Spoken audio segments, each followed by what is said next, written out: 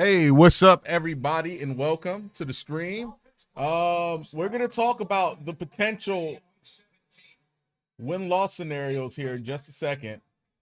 Comes Tyler Huntley, and before he takes the field, we send it down to the field, and A.J. Ross. Andrew, with the Dolphins' playoff hopes still very much alive, Myles Garrett told us he'd love nothing more than to play spoiler today. He's really embraced the role of being a game record throughout his career with his 12 sacks this season. Not to mention, he's the youngest player recently to join. All right, so everything the Browns wanted to happen, other than like the Patriots beating somebody, happened for draft positioning, but it's not as drastic as you would think. Hold on. That's what the Browns are looking to do, is to find A.J. with a nice start. All right, so let me pull it up right here. Desktop, no. Thornhill makes the tackle. So Tyler Huntley All right. making his fourth start of the So year. if we look at it right here, if the Browns win this game and everything happens as projected next week, right? So the Raiders lose, the Titans lose, the Jaguars lose. Who else? The Patriots win. Oh, the Patriots lose. And then, yeah, the Giants lose. But the Browns lose today and lose out. They would have the 3 pick. They win today, that's going to be the difference from the 3 and the 6 pick. So, yeah, is it a difference in draft positioning? Sure, but it's not as drastic as you think. It will put them behind the Patriots and the Titans. Yeah, I'm just going to let the cards fall where they fall, you know?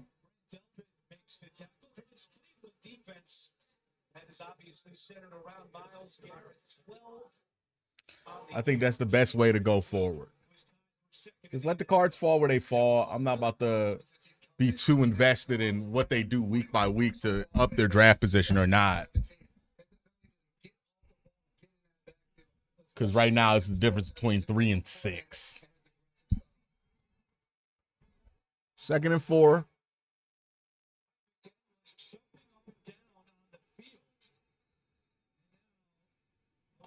Yeah, it's got to be a false start.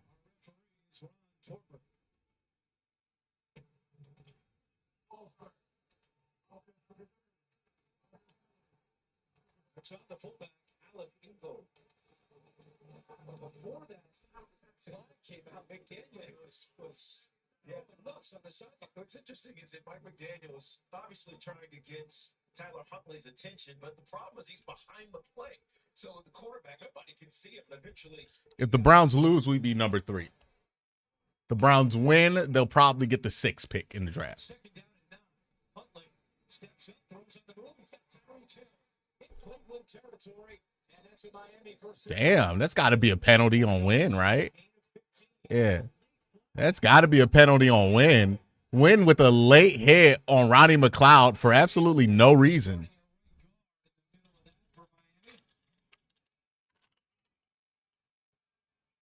A penalty marker down.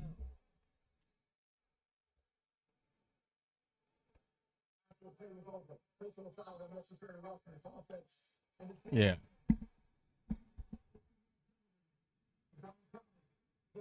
It is against Isaiah Wynn, his first penalty of the season. yeah, you're going to see Isaiah win. This isn't actually where it happened. This is just him pushing back on Rodney McLeod, but here he is coming in. Just What's the point of that? it takes shots. Not really that big of a difference between 3 and 6.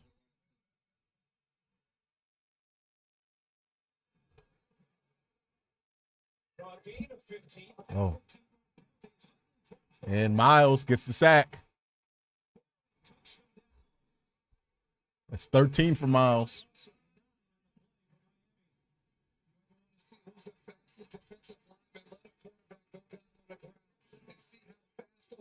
It's a free sack for Miles. He doesn't really get a lot of those. Yeah, he got him.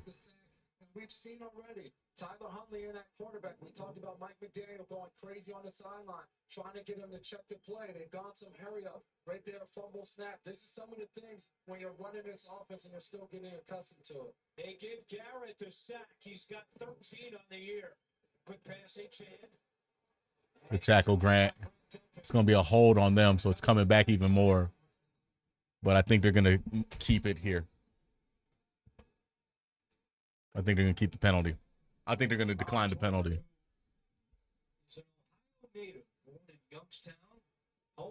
To the people who are saying that you want the Browns to lose, that's fine. But, like, keep that same energy if they actually lose. Now, if they go out here and get beat down by Tyler Huntley, I don't want to see you complaining. Talk about we need to fire people, using this as a justification. If you want to tank, but don't sit here and try to fire people because you want to tank.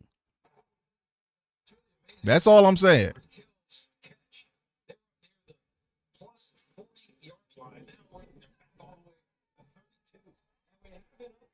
The Colts have lost to the Giants, which is certainly pleasant news for Miami Dolphins fans. They are now out of the playoffs, the Indianapolis Colts. So the formula is simple for Miami. Win their last two games and hope the Broncos lose to the Chiefs. On third down, Mostert has it, a little bit of room to run, and gets stopped at the 46-yard line.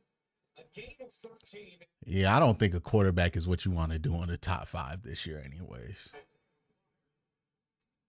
And right here on third and long, not much you can do for Tyler Huntley. Just getting the ball to Raheem Mostert and trying to see what he can do. But a drive for the Dolphins. And we'll talk about what you should do in the top 5 if you get that pick. I don't think the Browns are drafting the quarterback in the first round. Even if they get the opportunity to. I don't think they're going to do it. Not because they're like committed to Deshaun Watson or anything. Just there's a lot of reason why you wouldn't want to do that. So Miami not able to score its opening drive. Now, the biggest motivator for me to want the Browns to lose today isn't even draft positioning. It's like, hey, if we can, the Bengals. like honestly, that's the biggest motivator for me is like, hey man, if we can screw the Bengals, I'm gonna want to do it. Dragon Cuddles with the super chat says, how do the bowl games affect Shador and Ward's draft stock? 2, do you think Deion will force a pick to the Giants considering their wide receivers? I don't think Shador Sanders is a good enough prospect that you can force him to go anywhere, dog. Like, it's not a guarantee that the Giants are going to want to take him. I think the Raiders would because the Raiders are dysfunctional. But I just don't – when I watch Shador Sanders, I think of, like, Teddy Bridgewater. Right? Like, you remember Teddy Bridgewater when he came out of Louisville? He's a worse prospect than Teddy, but they're very similar, right? I think Teddy was a better athlete. I think Teddy had better arm talent, and I think Teddy had a better knack for the pocket and getting rid of the ball on time than Shador does. Shador has like a 3.36 average time to throw on deep and intermediate passes. It's atrocious. I don't think a prospect like that is, 1, guaranteed to go in the top 10, and 2, carries the leverage to force a team to take him or not to take him. If you do that with him, teams are going to say, screw you. He's just going to fall to the second. He's not that great of a prospect. So I don't care what Shador's dad wants to do with him. It's not going to happen. And at the end of the day, Deion Sanders has been known for, like, no disrespect to Deion, but he's always been full of shit. Like, he's going to go out there and make a noise and act like he's going to disrupt the system and do all of this. But at the end of the day, Deion's going to do what the system wants him to do. And the system says, let your son get drafted wherever he goes. The first part to that question, how does the bowl games affect Shador and Ward's draft stock? For Shador, I think it had more of a damning effect than Cam Ward. I know that's going to be a hot take because all people can talk about is how Cam Ward sat out that second half. And yeah, that's another concern with Cam Ward that you're going to have, right? But with Shador, this is the 3rd time in his college career we've seen him play a good college football team, and he looks like garbage. He looked like trash against Oregon. He looked like garbage against Nebraska. He looked like garbage against UCLA when he played Latu, who's a first-round pick last year, and he looked bad against BYU. That has to matter. Like, the level of competition has to matter. The fact that he's not a good athlete and he's playing well against these slower athletes, that has to matter. And I think a lot of people are ignoring that, right? Like, a lot of people will point out these flaws that Cam Ward has and act like Shedeur doesn't have the same flaws. Like, the pocket mechanics for Cam Ward are bad. They're not much better with Shedeur. The arm strength is just amazing with Cam Ward, though, where it's not with Shedeur. Whereas Shedeur processes better, he finds the middle of the field better, but he's also doing that against worse competition than Cam Ward did. I think we're overlooking a lot with Shedeur, and I think by the time we get to the draft, some of this will be caught up on. I think I'm early on him, but I say he's slower. He's like a slower Teddy Bridgewater. That's how I would comp him out. That dude's not a top 5 pick. In 2015, he's without, as we mentioned, Anthony Walker. Now, if we're talking about end of the first round, second round, okay, yeah, we can have a conversation about Shedeur because I think that's where he is as a prospect. But first round top 5, yeah, I'm not doing that. The potential's not high enough for anybody to justify getting him in the top 5 because with Shedeur, you're saying like the ceiling for Shedeur, I believe, is like a guy who could have a couple of years where he looks like a tier 2 quarterback, but usually sits comfortably as a tier 3 guy.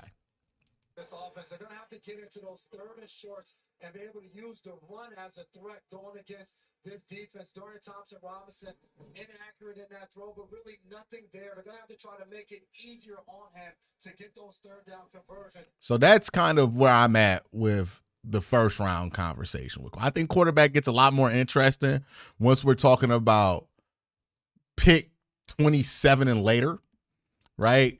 But top 5, I'm not excited about drafting either of those guys in the top 5. Honestly, I feel like I'm doing myself a disservice because I want Abdul Carter or Mason Graham, and I'm leaning towards Carter. And in order for Carter to be wherever the Browns are going to be, I need teams to take quarterbacks in front of us.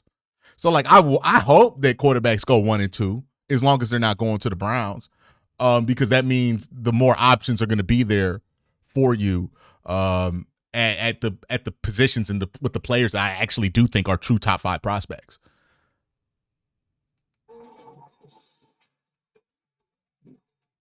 Yeah, Kia Adams brings up a great point. Cam Ward holds the ball forever. You know who's the only quarterback in college football who holds the ball more than Cam Ward? Shedeur Sanders.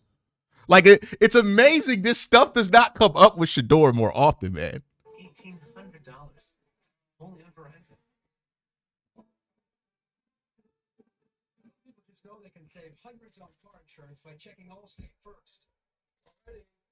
Who's ready for my famous chart? Yeah, there's no left tackle I think is a top 5 pick either, right? If I'm not going to draft the quarterback just to draft the quarterback, definitely not going to draft a left tackle just to draft the left tackle, right? Because y'all going to be pissed if y'all skip on all these guys and then the dude ends up becoming like Jed Wills again. Like, y'all going to be pissed about that. Somebody brought it up, right? Abdul Carter might be the number 1 overall pick. I think that's where we're going to end up. I truly think that's where we're going to end up with Abdul Carter. Because the potential is through the roof with him. He has a higher pass rush win rate in college than Myles Garrett did his senior year at Texas A&M. Well, not senior year, his last year at Texas A&M.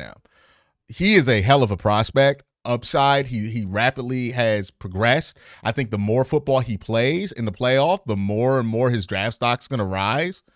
I think, yeah, Abdul is probably someone said Kia Adams is a hater. Well, I mean, Kia made a good point this time.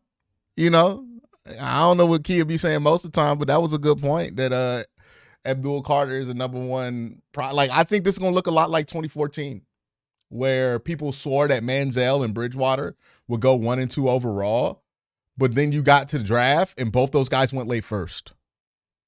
And I wouldn't be surprised if Ward goes before Shedeur, because the upside for Ward is significantly higher than Shedeur, who provides more of a floor. But again, with Shedeur, the floor, I don't know what that is with him, because if he looks like he did at Colorado, there's a floor there, right? But if he plays in the NFL and that like change of athleticism affects him, he's not going to look anything like he did at Colorado. So he doesn't really have a floor. I don't believe in quarterback floors. And I always think it's a scam whenever people are talking about how high a quarterback's floor is. Because unless they're Andrew Luck, right? Like your floor is probably not that high. Because everybody can look like shit in the NFL. 2 NFL seasons with Greg on the road with him each and every week, and we know how much he meant to you as well. Absolutely, to go from watching him on. Yeah, if this was a year, like, look, if there was a quarterback that I was like, nah, he's a top 5 prospect, I would be jumping over joy to get him, and I would be advocating for the Browns to lose as much as possible. This just isn't the year where there's a quarterback that's like that. Get rid of it. And I feel good enough about the options that'll be there at 6 and at 3 that I don't really care what their draft position is. They called it so Garrett still has 12 sacks on the season. For this Browns defense, how can they create movement to be able to get to Tyler Huntley? We saw in that last play, that entire defensive line was shifting to the right on the snap of the ball, which makes it challenging for those. Oh, they took Miles' sack away? On second down, quick pass to Jonnu Smith, and he's got some room. Jonnu Smith with the first down to the 40-yard line, a gain of 12. Jonnu Smith, man. He was like that 1-year wonder. Everybody got super excited about him, talking about how this is going to change the league and the Patriots and all that. And then, like, he just kind of just disappeared. Essentially a wide receiver screen to a tight end, and he makes a big play. The last 2 years, he had 77 catches. That was his 77th catch of this season. H.N. And taken down for a loss by Grant Delphin. Someone compared Sanders to Geno Smith. I need people to understand how good Geno Smith was in college. Like, Sanders is a good college quarterback. Geno Smith was amazing at West Virginia, dude. Like, amazing at West Virginia. I think people forget that. Like, Geno Smith was an amazing player at West Virginia. I think he almost won the Heisman, right? 11. Way to get to the edge, Denzel. But now third down coming for Miami. And already we've seen all the ways they use H.N. And Geno Smith is a better athlete. Like Geno Smith ran 4.6 in college. Like, Shador's not 4.6, man. Like, Geno is such a better athlete than Shador Sanders was. I don't get the Shador Geno stuff, man. Like, I could see it in how they extend plays and throw on the run, but that looks like a catch. It's gonna be a hold.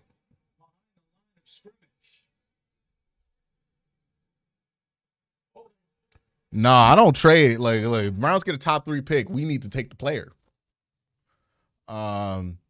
Take Abdul Carter or Mason Graham, whoever's there, and then call it a day if you get the top pick.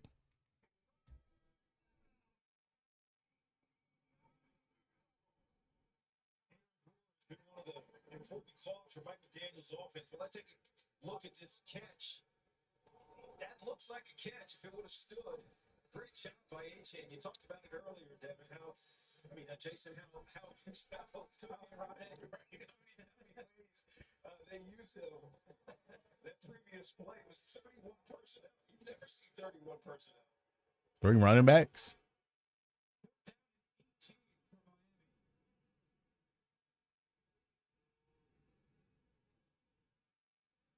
Huntley has time over the middle. H.N. With Jonnu Smith blocking, H.N. bounces his way up to the 36-yard line. Again, a 12-yard pickup. Yeah. Geno Smith had 42 touchdowns and 6 interceptions in college. Geno Smith's touchdown. He had 98 touchdowns and 21 interceptions in college, man. Like, no, Geno Smith was such a better prospect coming out. Like, recency bias does a hell of a thing to folks. But yeah, Geno Smith was like great. Capital G, great. Great college quarterback, man. Oh, you missed it? All right, cool.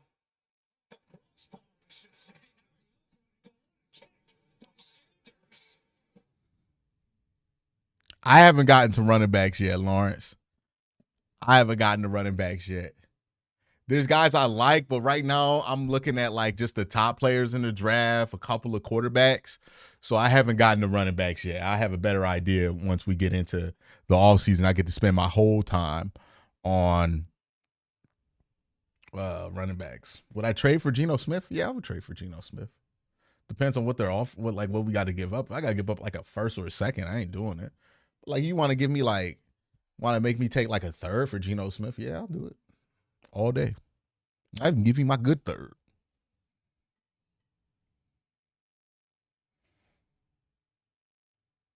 Yeah, everybody's talking about Arch Manning, man. Like, we really gotta watch him play. Right? Like we're just assuming Arch Manning is gonna be great because his last name is Manning. And that's always a dangerous game to play. It's always a dangerous game to play. Right? Because you're just going on brand loyalty alone.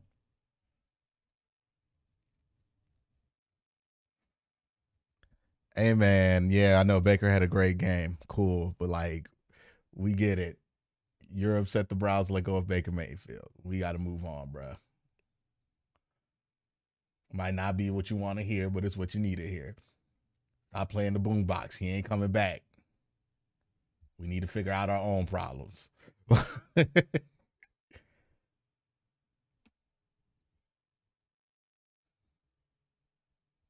See, they got West Virginia on here.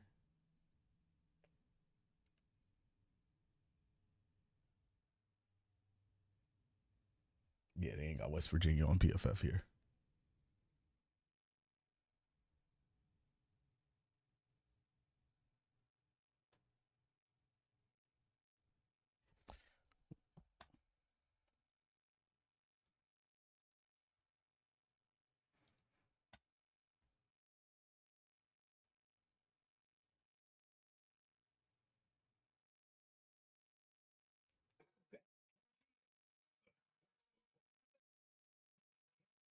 I mean, I get why the Baker Bros are in here. They're getting their victory lap. They're getting their shit in. And if you're somebody who just roots for Baker Mayfield and you want to just like dunk on Browns fans, okay, cool, whatever it is. But if you're a Browns fan who like genuinely wants the team to get better next year, hey, bro, ain't no good in talking about what Baker Mayfield is or is not doing for you right now. Like, yeah, the Browns shouldn't have traded for Deshaun Watson. Yeah, they would probably be in a better place if they had Baker Mayfield. But also, we can't access parallel universes in order to live in that one. So we got to deal with the cards that the Browns have right now and try to figure out the best way to play them.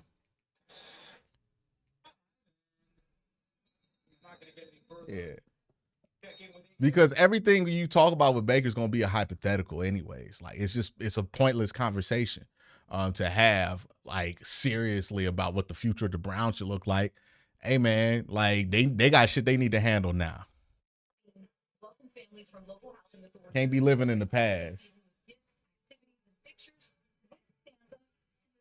Is part of the Browns' annual month of giving tradition where players, coaches, and staff participate in special community events throughout December, guys. And happy holidays from all of us here at CBS Sports. 5:39 to go, first quarter, 3-0 Miami. After the Sanders 54-yard field goal. Thompson Robinson throwing little dump off. He is wrapped up along the sideline by Jordan Brooks. You know, Jason, you mentioned earlier they're going to get to third and shorter situation. Dorian Thompson Robinson doesn't have so much traffic and things to look at, but it's going to be really hard. They get a top 3 pick. They might as well try to do what the Bears did and trade back unless there's like Abdul Carter there or someone they really like. If you get a top 3 pick, it's probably going to be the case. Like unless like Abdul Carter and Mason Graham go 1 and 2 overall, then yeah, trade back, right? But if one of those guys are there, just take the guy, you know? Right? If your guy is Genty, then yeah, trade back. Go get Genty and trade back. But if your guy is like Carter, Mason Graham, even maybe if your guy's Mason Graham, you could get away with trading back. But if your guy's Carter, and right now I'm a couple games into the film review with Carter that I think I'm gonna want to drop tomorrow. But if your guy's Carter, then yeah, you should sit pat and take Carter, right? Like, don't mess around.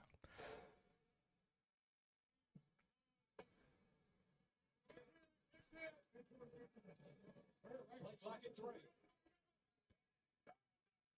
Just get it off in time. A pitch to 4. Boy, nothing is more dead than a toss play that gets snapped late in the clock. Nothing dies faster than the toss play that gets snapped late in the clock. The reason that's the case is because now the defense can time up their snap with the clock because they know you got to snap it before 1. And then you're running the toss play, so they get any inkling on where those linemen are leaning, dog, you're cooked. In San Francisco last week, a quad and knee on the injury report, but he is out there today. A loss of 1 on first down. Thompson Robinson. Step up. Good hitch. Nice. He overthrew him. Boy. Well, it's a good hitch. It's a nice hitch. Oh, what's the penalty? We get roughing? We get roughing? Okay. First down. First down, team. Let's go.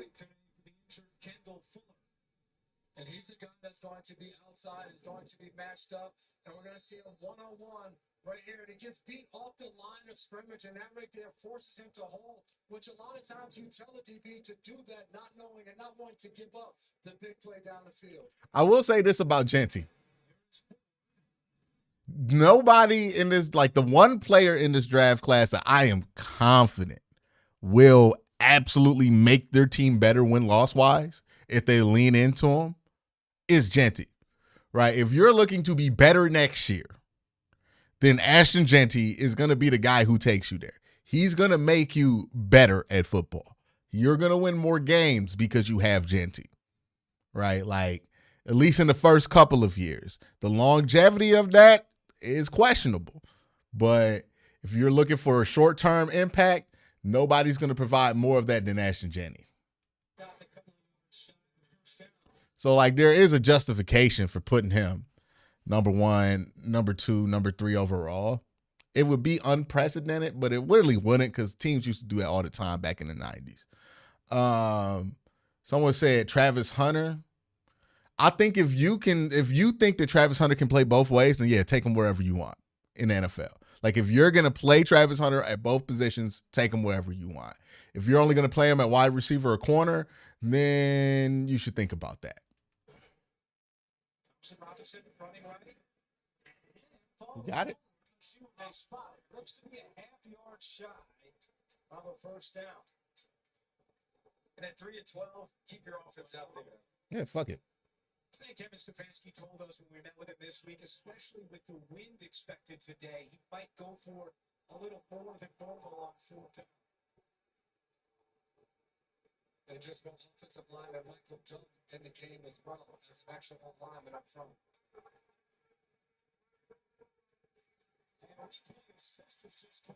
Oh, gave him the first down. All right. Someone said if the Titans lose, we get the number 1 overall pick. I mean, there's a scenario, but I think it includes like the Patriots also losing.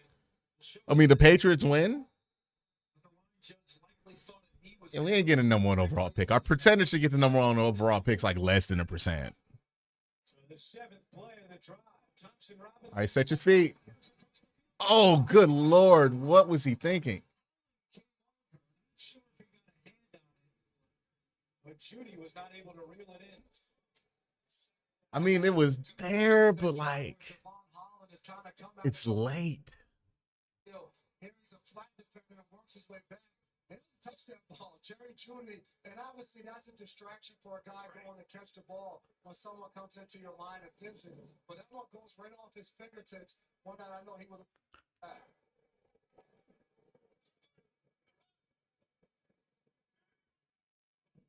Strong on second down.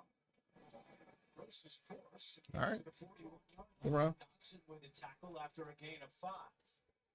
We are doing our best to not call him DTR because we asked Dorian what he prefers, and he said, "I don't really care, but my mom would prefer Dorian Thompson Robinson, and mom is always right." 3rd and 5. Thompson. Good throw. Oh, Judy, let's go.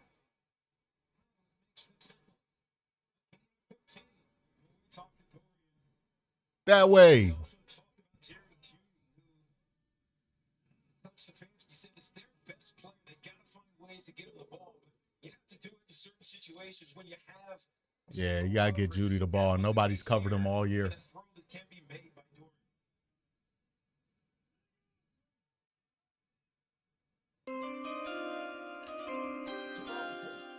Yeah, Jay Marcy says, oh, Jerome Ford with a big run here. Gets it to the 9-8. All right, I don't have a problem with Baker, but people have like selective memory and forget how bad it got at the end. And it's not just that it got bad at the end. There were multiple bad years with Baker Mayfield, right? Like, he got better. He did the work to get better, but also the way he got better came under specific circumstances. It's not a guarantee that Baker would be what he is right now if he were on the Browns still. It's not a guarantee that the Browns would, have been better over the last 2 years or the last 3 years if Baker were here. Now, trading for Deshaun, obviously a negative, right? And in trading for Deshaun and Baker Mayfield are kind of linked. So the worse Deshaun trade looks, the better Baker Mayfield's going to look. Doesn't also help that, Baker's playing well. But yeah, it is what it is. People are going to make the point until they're blue in the face about it. But at the end of the day, I think if you had Baker Mayfield, if you were the Browns, I don't think that puts you over the Ravens or the Chiefs. And that was what the whole purpose of the Deshaun Watson trade was to do, was to get you better than that. Now, if Baker Mayfield comes out in the playoffs and proves that he could be a guy you can win a championship with, then all right, yeah, the Browns 1,000% on every level fucked up. But if it's not going to be that and Baker's going to be what a lot of people projected him to be, which is like, a guy who could sit in tier 2 as a starter for a couple of years, but probably going to be a tier 3 guy most of his career, then, that's what we thought Baker was when you moved on from him. Okay, not soccer, but yes. We honeymooned here. Yes. Jerome Ford's having a hell of a last 3 games. They help give you more. A text for a question. And they have a 97% satisfaction rating. So, You could have done it in a British accent. That's helpful, Randy. For savings and service, get more with Geico.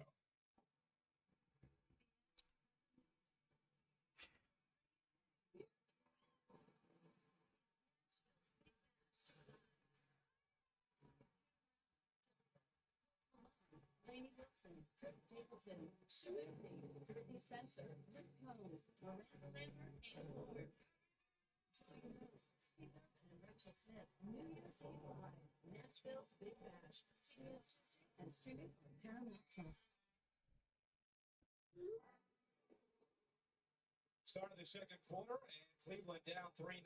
There's Mike Vrabel, who's a very hot I just think with Jerome Ford's just streaky. season. Just a couple of Like some weeks he's really good, some weeks he's not. We're getting a couple good weeks. You get the sense that he can get any job that he wants as soon as the season ends. Absolutely, a ton of success in Tennessee as a head coach there. And you got to imagine whether a team need He got Raiders written all over him. men. And Mike Vrabel has proven to be able to do that. And also one of the smartest coaches that we've seen in this league over the last recent years. Yeah, he coaches every position, it seems, right? Just kind of like Bill Belichick used to. First and goal for the Browns. Ford. And he is stuck for a loss on the play. Benito Jones and Calais Campbell combine on the tackle. That's where you got to get stout down here if you're the interior of this Miami defensive line. You just saw in that last play. Just penetration.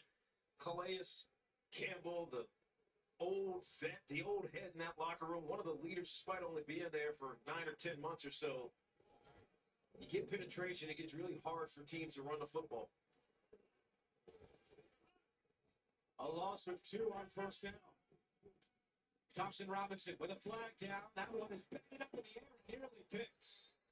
Flag down on the near side of the field at the line of scrimmage. He has the worst ricochet luck.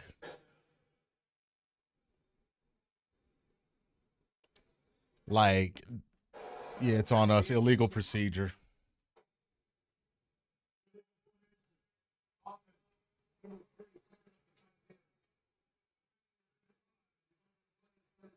Penalties have been a problem for Cleveland this year, tied for the second most offensive penalties in the NFL. And those are penalties you just can't have. That's just communication between the wide receiver, Jerry Jeudy, and the tight end, where one guy's on, you're pointing, you're communicating, you're talking to one another to make sure something like that doesn't happen. 3rd and goal. Ford trying to turn the corner, and he cannot shut that bounds. Dotson, all in on the stop, and on 4th down. Yeah, kick the field goal. Will Dustin Hopkins do what he does? Yeah, it was, but it actually had a chance. It's not a strange play call, man. Have you seen how, like, the ball ricochets every time DTR tries to fit it into a tight window? They're trying to avoid an interception, man. Like, like, that's really why they're doing it. Like, yeah, if the Browns had a better quarterback in there, a quarterback they trust, even if they had Jameis, they probably would have did that. They're just going to take the points, man. 25 yards away. That one is good. And it's huge. Yeah, like, they almost threw an interception on 2nd down. They get to 3rd down. They're like 9 yards back. They're just take that run was a, hey, let's see if we can hit a home run here and get like the edge with our running back. But if we can't get it, let's just get the points. That was just a conservative play call there. That's why they did that.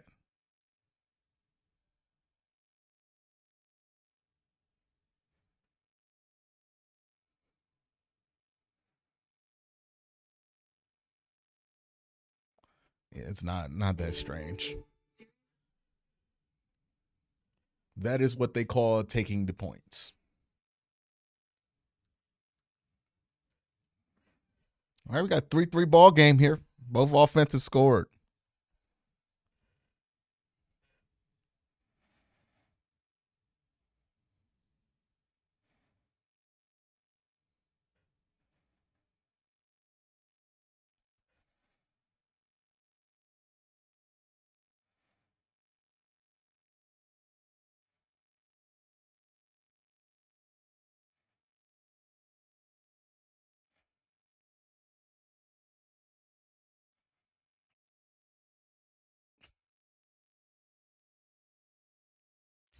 Yeah, I mean, look, I don't really feel here's how I view today's game.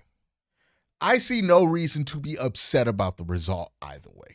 If the Browns win, then they ruin somebody's season. They get a dub.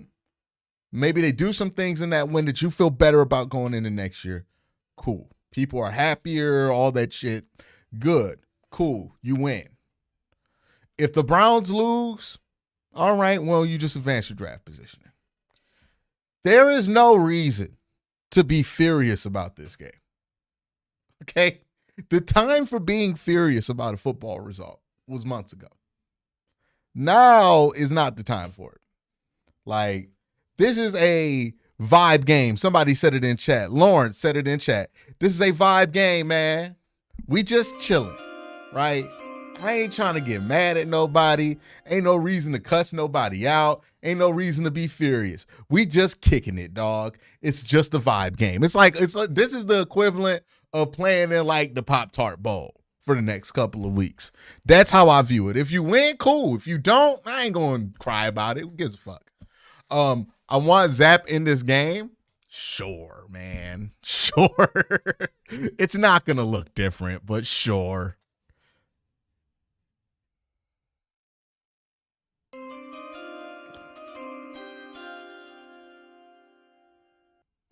Yeah, I get wanting to win because you don't want them to develop a loser mentality.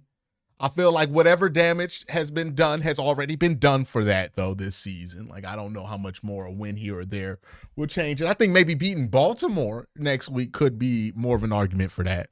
But, damage is done, right? You've lost 13 games. I want to see. Oh, Q, you're the only reason I can stomach these games. Thanks for your hard work. Appreciate you, brother. Appreciate you, man. By the way, I hope everybody had a Merry Christmas. And you know what? Okay, Snoop, little rifle. But I hope everybody had a Merry Christmas or Happy Holidays, whatever it is to celebrate. Kwanzaa, I know that was a couple days ago. If you do Kwanzaa, shout out to you. I did Kwanzaa a year. I did Kwanzaa actually a couple years as a child. Got a scholarship for it too. So shout out to Kwanzaa.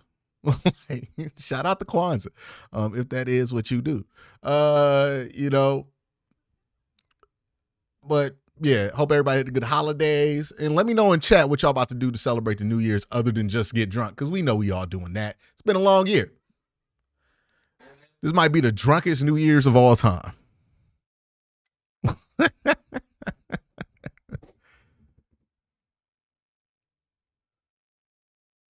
Oh yeah, the nuts are staying in the cabinet today. I ain't bringing my nuts out for this. This is not nut worthy. I'm not about to bring no nuts out today.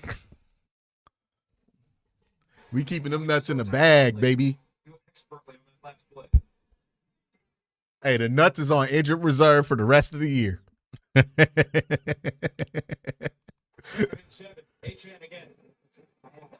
Everybody know about Kwanzaa. Why you spell it with the Q? Kwanzaa spelled with a K. Am I tripping? Kwanzaa is definitely spelled with a K. How do you celebrate Kwanzaa? You celebrate just like you celebrate Hanukkah. It's basically the same thing. It's just like it's more about teaching the message of not being super commercialistic, with not being super not having your values be all about the commercial items that you get, right? Like that is what Kwanzaa is about at its core. I actually celebrated Kwanzaa as a kid, y'all. Like, yeah, I actually did that, but it's about anti-consumerism. That's what it is, anti-consumerism. And like there's like these different values of Kwanzaa, like imoni, and other things that you learn about, and you give gifts kind of in the spirit of that. It's more about like making gifts that are more personal, and less about the financial worth of them. Kwanzaa's actually like kind of dope. Like, I'm not gonna lie to you, like Kwanzaa's actually like dope. It's a shame that it never caught on. But yeah, Kwanzaa, like I always recommend if you do Christmas, you should pair it with some Kwanzaa, right? So people don't get too caught up in the commercialism of Christmas. That's just me personally.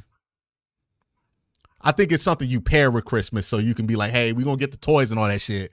But also we should know that like gift giving and the holidays are more than just about what you're going to get. It's also about, what's important to you. Mike Skinner Audio says, Merry Christmas, Q. Hope yours went well. Going to Chicago with the wife for New Year's. That sounds fun.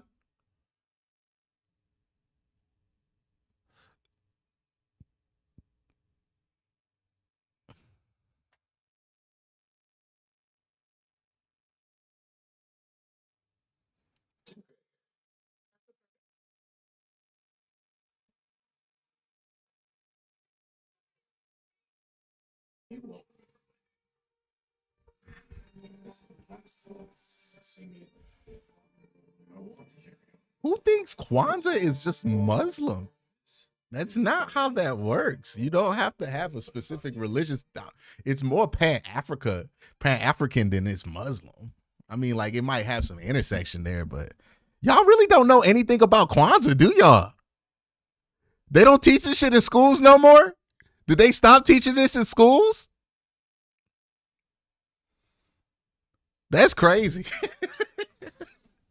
Is this like cursive?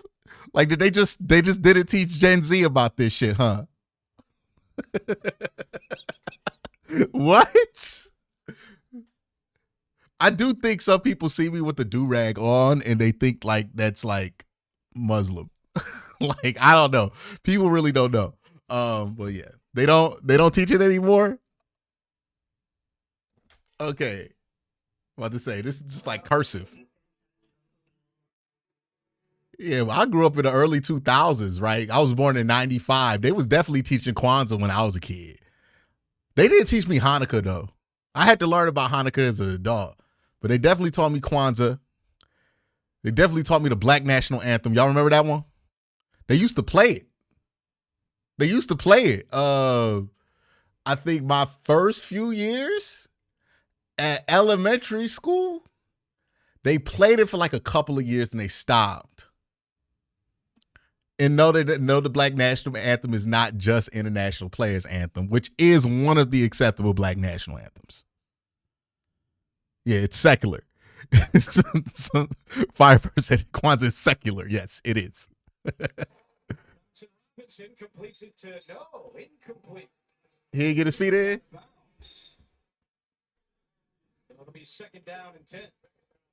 Yeah, Jared Judy just gets a little bit lazy finishing this catch.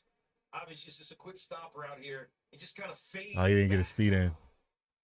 Not really paying attention to his feet. Sloppy play there by Judy, who's had an incredible season. Entered the week 7th in the NFL in receiving yards. Quick pass, Judy. All right, Judy. What the? Oh!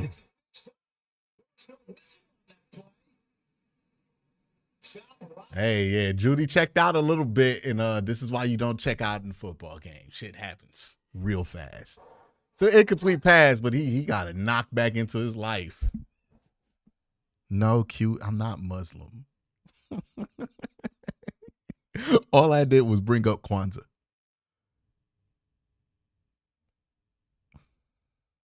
They never taught Kwanzaa in school? They definitely did.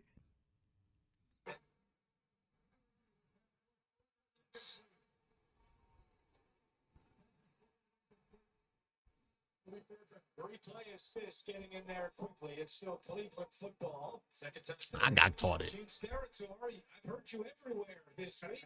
Let's bring you into Cleveland. Maybe it was like an after-school program. But I think they got it right rather quickly. Looked like release from the 14, touched almost at the 15, at least the 14 and a half. Another good job of replay assist expediting these. Yeah, no doubt. Gene, happy holidays. Always good chatting with you. Now third down and 10 for Thompson Robinson. In trouble and gets rid of it. The pressure was coming from Tyrell Dodson, who's been... No offense is going to be played in this game, is it? All right. Drop everybody else. For Dorian Thompson-Robinson, there's no advantage for him. He's not going to be able to make those plays and sit in the pocket and just drive the ball 15 yards down the field, 10 yards to make a completion. So that situation right there, give Beaver a ton of credit of running games with those guys up front and getting pressure. And the Dolphins put Tyreek Hill back deep to receive this punt, which is a beauty from the Horkins. All the way back to the 13-yard line. Hill across the 20. He gets tackled at the 30. What a punt by the Horkins of 67 yards.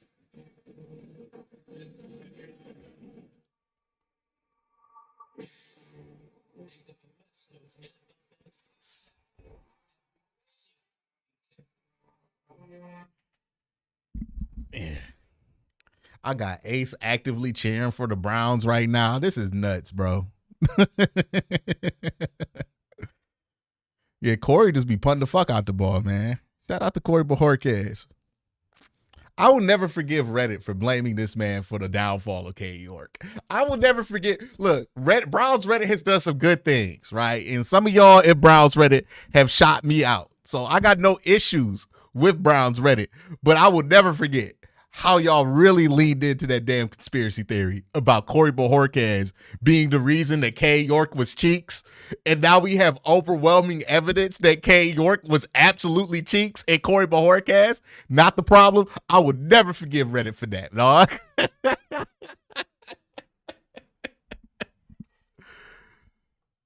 That was such a crazy theory that like a lot of people believed with their chest. And then you had like different guys co-signing it.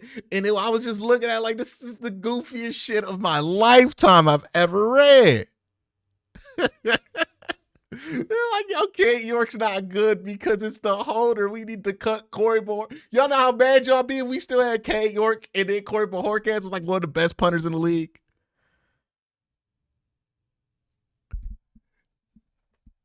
That was one of those controversies that I look back on. I'm like, see, that's when sometimes online NFL fans get too smart for their own good. That they start like seeing trends in everything. And I'm like, hey dog, just watch the games because it's obvious Kate York's not good.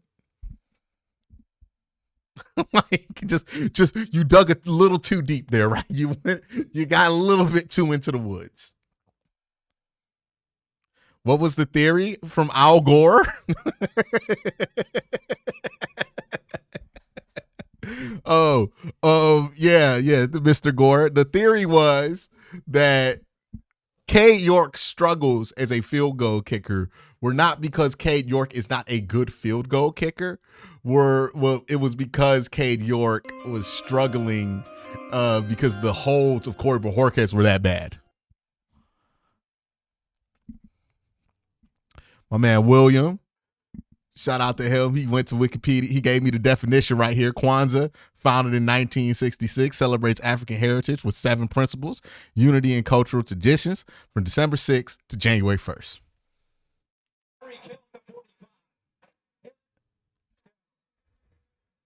Again, it's a really good thing to celebrate like and incorporate into your holidays.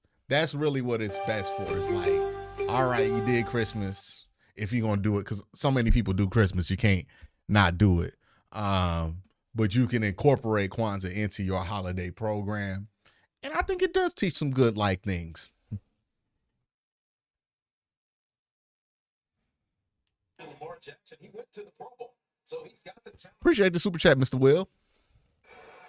Hill already with 4 catches for 64 yards, surpassing his total from all the players. Oh.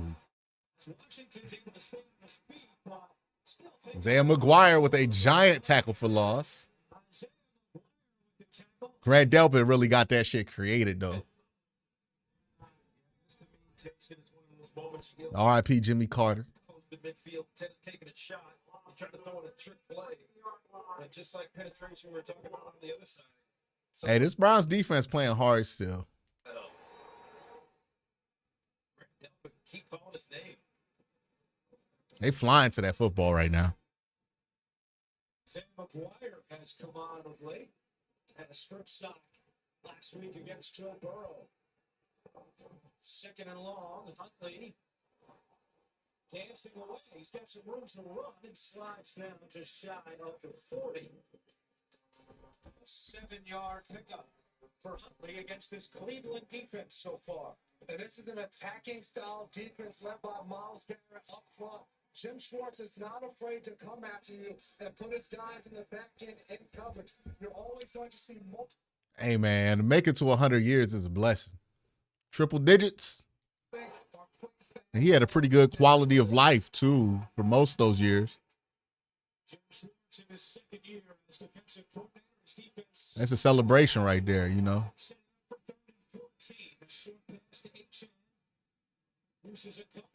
We got to tackle better than that. Oh, they trying to get a strip. Yeah.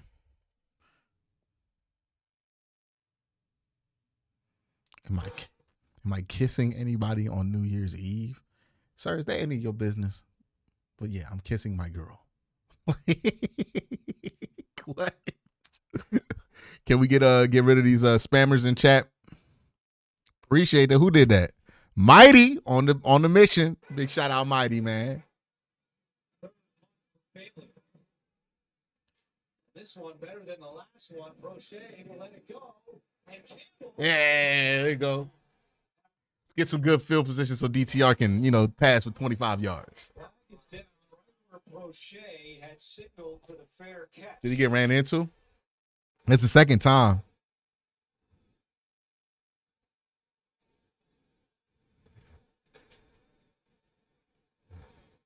John Torbert has been busy this afternoon.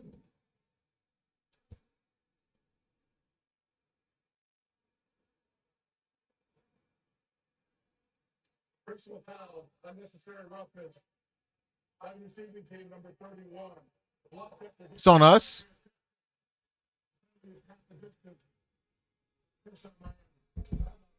Wait, what? Junior. Huh? What? First down, Miami? It's deep in their own end.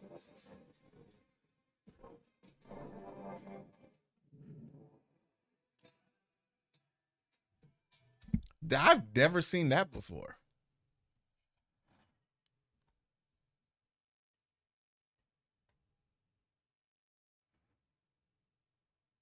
Oh, somebody said I don't have a girl in chat. Woohoo. Oh my God. I'm so sad about that. Yeah, that guy's totally right. He knows.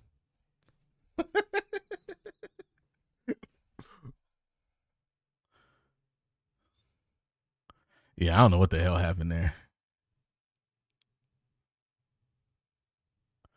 There's no way it's first down Miami, right? Like that's gotta be a mistake that the referee said, right?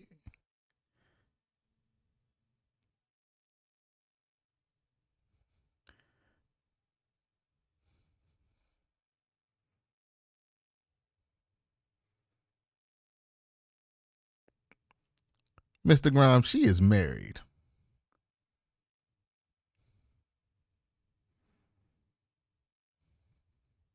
Also on CBS.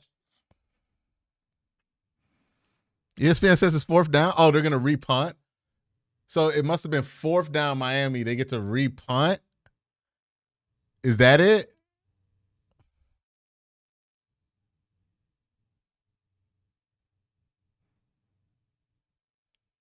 No, it's our ball. We just get it like the 10. That's fun.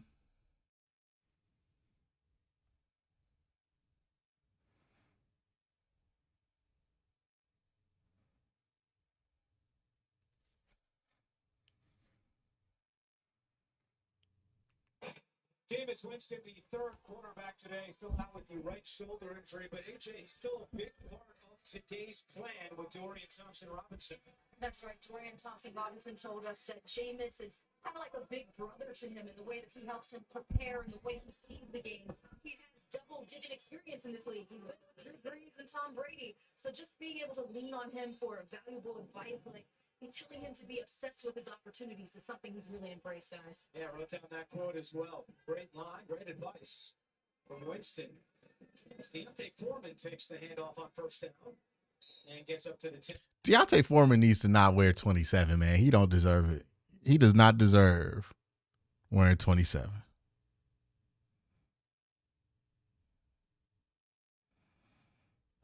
Though they're not active, are certainly a big part of what's going on in this ball game. And I think as a veteran, you feel like it's your role. And if you're here, you're on the sideline, you almost feel like you need to be a coach.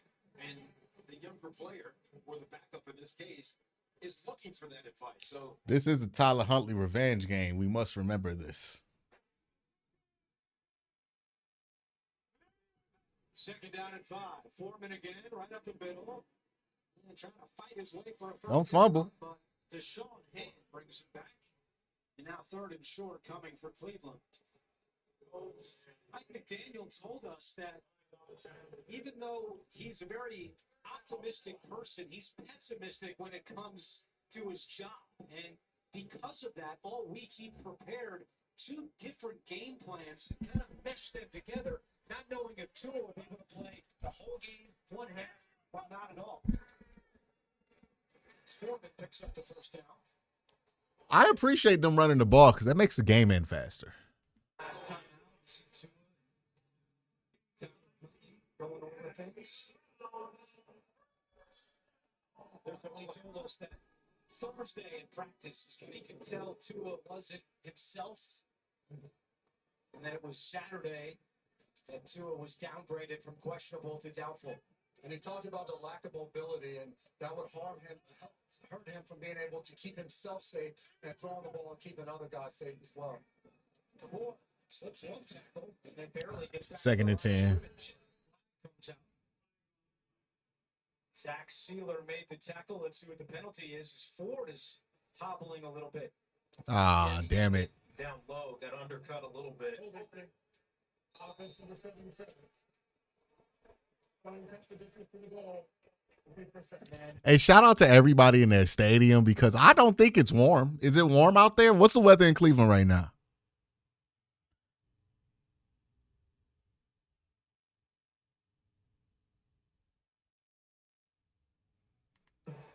As you take another look at the hit, Ooh.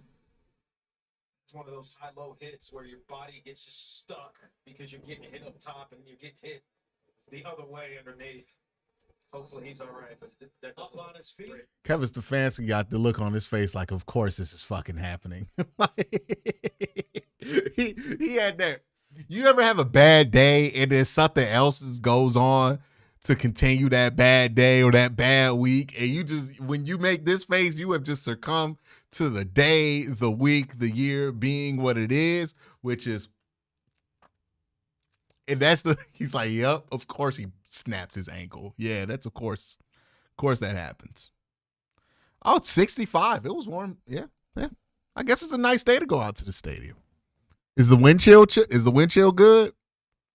16-mile-per-hour wind. It don't feel like no damn 60. It feel like 44 in there.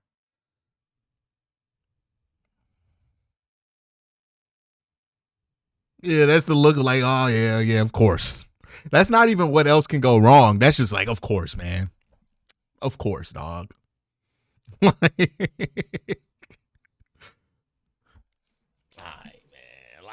man.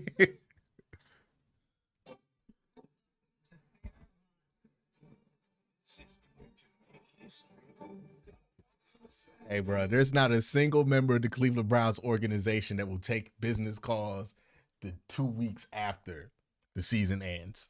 Everybody gonna be in the Bahamas. Look, when you have a year this bad, the second you get the chance, you go on that damn vacation. I don't blame you. You got to. It's for your own mental health.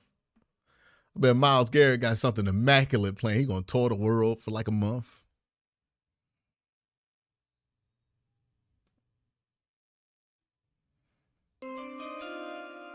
Thanks for enduring this, Q. Appreciate longtime Browns fan. Absolutely. Appreciate you, Jamel. And look, speaking of vacations, I know for a fact once March hit, and after the draft, oh yeah, I'm gonna have to take me a couple days off.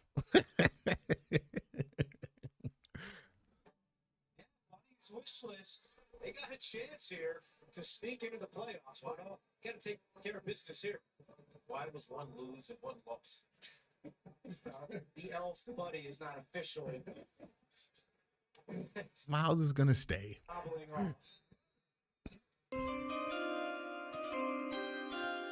Christopher says, "What are my New Year's resolution? I'm trying to get back to lifting weights again. I haven't been able to do it the last couple of years at the level that I've wanted to. I'm trying to get back to that. I'm trying to get back to swole." Someone said, come to Dubai? I don't know how much money you think I'm making on this YouTube channel, but like, I don't make Dubai money. Like, what? Yeah, I don't make vacation in Dubai money. I make vacation in South Carolina money. Okay, like maybe Puerto Rico if I'm having a great year. Maybe Mexico if it's going better than that. But Dubai? No, hey, bro, like I am not in that tax bracket.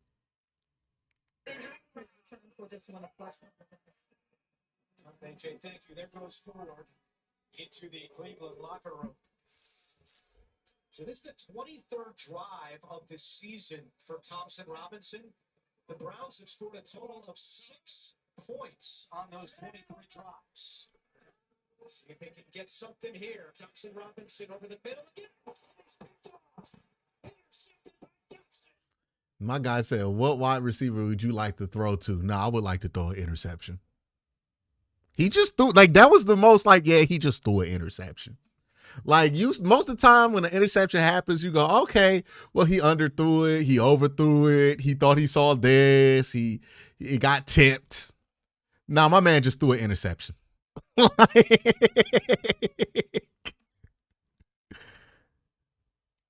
it was after the interception and could be Dotson for taking his helmet off. But turnovers and interceptions continue. Now my man just threw an interception. By Miami, number 11. 15 yards from the goal spot. It's Miami ball. First and 10. Dotson did not have an interception in the first 4 years of his career. He's got 2 with Miami now. We're going to see Dotson right here. He's a linebacker. Both these safeties are going to get out and show Dorian Thompson-Robinson like he has it. But Dotson does a really good job of reading the eye. Oh, he thought he was going to hit the second window. Makes this interception, and he follows it up with the mistake. But he knows mom's at home and all the family and says, hey, I'm the one that made the play. Now you guys get to see my face, but you can't do that. Especially when you got a backup quarterback in and you know you can't score. That's a really stupid. Like that's a really bad thing to do if you Jahan. Like how do you make that mistake? Like I get it if it was Tua, y'all was up by like 25 or some shit, but like it's 3-3. You can't move the ball offensively, and you're gonna waste yardage on that, bro. What are you doing? Here as well. Starting to rain a little bit here in Cleveland. It rained all morning. 2nd and 5. HN. Another flag comes out.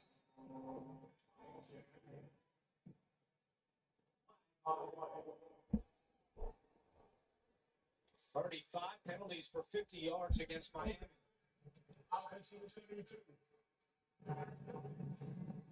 And that's their 6th as Teron Armstead picks up the flag. Well, playoff football is in the air as the races come down to the wire. You can stream every NFL on CBS playoff game and a wild card right through the AFC Championship live on Paramount Plus. The Browns defense has done a fantastic job of space. Miami forces you to have to be able to get to these fast, speedy, quick guys on those quick passes to the outside. And one thing Myles Garrett said is we're going to have to rush the passer, but keep our antennas up to be able to recover and get back to those quick screens. Oh, Isaiah McGuire stole one from Miles.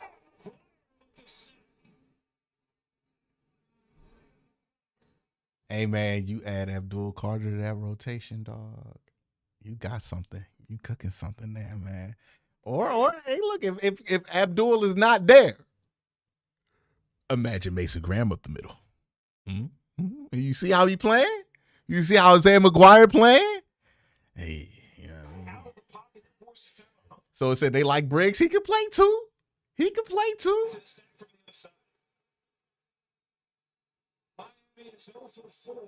Oh, false start. False start. Dolphins can't get out of their own way. This is why you don't take your helmet off when you get an interception in your own territory. No, Isaiah McGuire is not Myles Garrett 2.0. Stop that right now. They're trying to get close to midfield, then they just push themselves backwards with mistakes and penalties, sacks, etc. So if you're keeping score at home, we have 6 combined points and 9 combined penalties.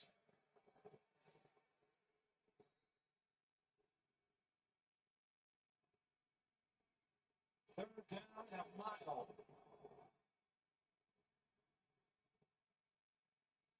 Pass to D. Eskridge. Hey, Mike Hall got downfield fast.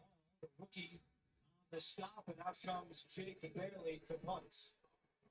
And all the penalties this afternoon has led to these third down and long situations that we've seen really on both sides of the ball. And when you do that, you don't get any third down conversions. And right now we're seeing a lot of efforts from Jake Bailey and Corey Bojorquez, the two punchers on both sides of the field. And look, credit to Dotson for the interception, but his penalty was very costly for Miami. They had great field position after the INT. They back up 15 yards, and now they punt from deep in their own end. You're absolutely right. He didn't trust that Steve McKee and Andy Goldberg would get his face on camera on the sideline. 30 seconds to launch of A18 Pro. Give me a go, no go, neural engine. Supercharged go. GPU. All things sports. Intelligence. So max level gaming. Go. Technology. All over the top of that. Let's go. 93 plus Oh yeah, Alex Wright's pretty good too. Yeah, Alex Wright's pretty good too. You got a lot of good young defensive players. Like that's the one area where like Andrew Berry does get some credit there. Like, yeah, did he fuck up at the beginning at filling that defensive line room? Absolutely. It's Austin gifted 5 subs to the audience. We got 5 people. Jim L just got a gifted membership. Fred just got a gifted membership. Dog Pound David just got one. Cookie 19, Shy Guy, all members. Thanks to It's Austin. Appreciate you, brother.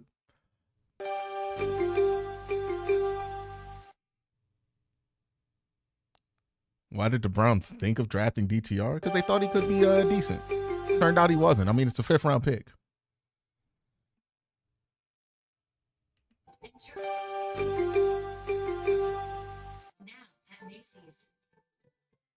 Introducing the Yeah. What was I talking about? Yeah, you add, look, man, this is how I look at this draft. There's some blue chip D-line prospects in this draft class. You add one of those guys to this defensive line, that puts you in the best position to be the best team you could be next year. And then you got a top second, like, because remember, the Browns don't just get a good 1st round pick. They get a really good 2nd round pick and a really good 3rd round pick. And then they got 2 3rd round picks. So you can add some serious talent to this team if you draft well.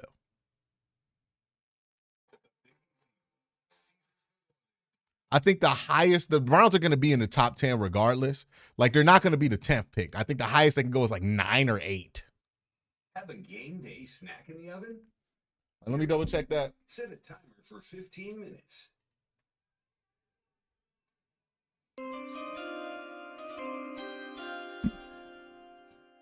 Joshua with $2 super chat. Appreciate that, boss. You that the Verizon halftime report is coming your way. All the scores, highlights, and playoff picture news coming up on the Verizon halftime report. Jake Bailey punting for the 4th time in this first half with Prochet back deep.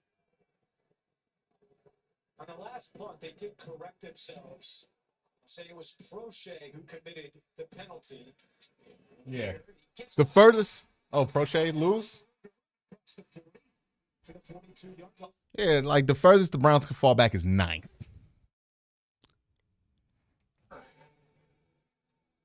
So just a reminder for the Dolphins and their path.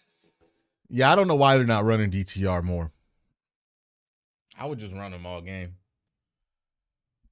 Jim L has joined into the Get This game with 5 gifted memberships of his own. Shout out to Statesman 77, Hayden Perry, Ski Slope Logan, Waylon Jackson, and Drama Zitty TV Cleveland. They all got the memberships from Jim L. It's Foreman on first down. And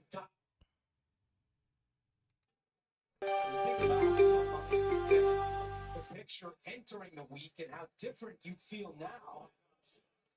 You thought maybe would be to beat the Browns and the Jets, and then you would need all the help. Well, you're getting the help, but they're tough here against Cleveland.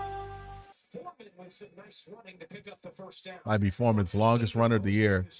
Hey, man, we got 1 minute left.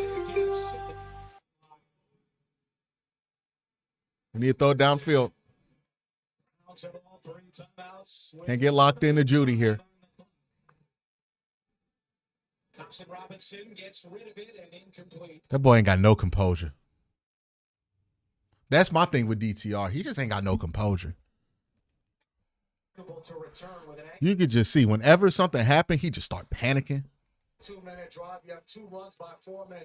Now you get into that no huddle, hurry up mode as they try to get points before this half. Still have all 3 timeouts. So for Dorian Thompson-Robinson, you can work the entire field and try to get the ball down the field. But for him, make the smart decision. It's okay to check it down and be able to pick up yards there. Thompson Robinson to the outside. Elijah Moore makes the catch on a minimal gain on the play, and now it's 3rd down. Yeah, it's surprising you throw in the sideline in that regard because you still have 3 timeouts. You got 2 guys checked up over the line of scrimmage, over the ball, over in the middle of the field. Just take those throws. Maybe they break a tackle. You only need. Like I bet I bet DTR looks way better in practice. But like when the games come, it happens so fast to him that I think he just freaks out, man. I think field goal range with Hopkins, though, is a question mark as he's been really struggling. 3rd and 10. Thompson Robinson to Strong. And let's see where they spot. I would go for it. Yeah, I go for it. Keep the offense out there. Let's run a play. Let's run a play. It's Miami will call a timeout. From here, it would be a 56-yard field goal. I don't think Hopkins is in play right now. But when you go for it on 4th Get a play call in. Well, the reason the Miami calls a timeout is so that they can get the ball back if they do. We'll be back in 30 after this from the Home Depot.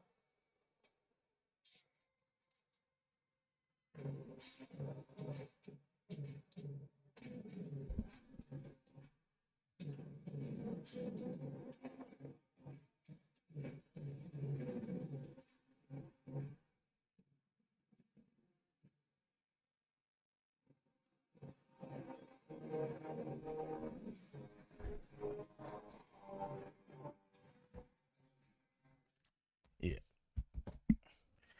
Do I think Milroe could fall to the 2nd round? Milroe's a wild card, man, because like he could get to the combine, do a Senior Bowl, and then his stock's just going to dramatically jump. But he could also not have his stock jump. No, he got it. The spot is going to be important here. You see the time jump right there. No matter what Foreman's putting the ball up after. Nah, there's no way it's there, though, dude. We got to look at that spot. It's under 2 minutes. They're going to look at it.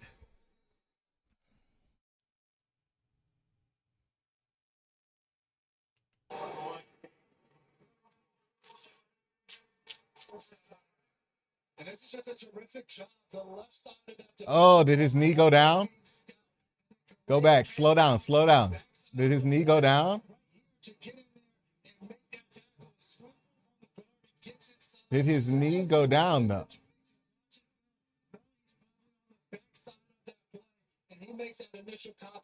Go back to the first angle. So Miami has 2 timeouts to work with. Huntley over the middle, and still going. And let's see if Emerson will be called to interfere. Well, he's sliding on the back of Jonnu Smith to get to this football. In some ways, the DB also has the right to go get the football.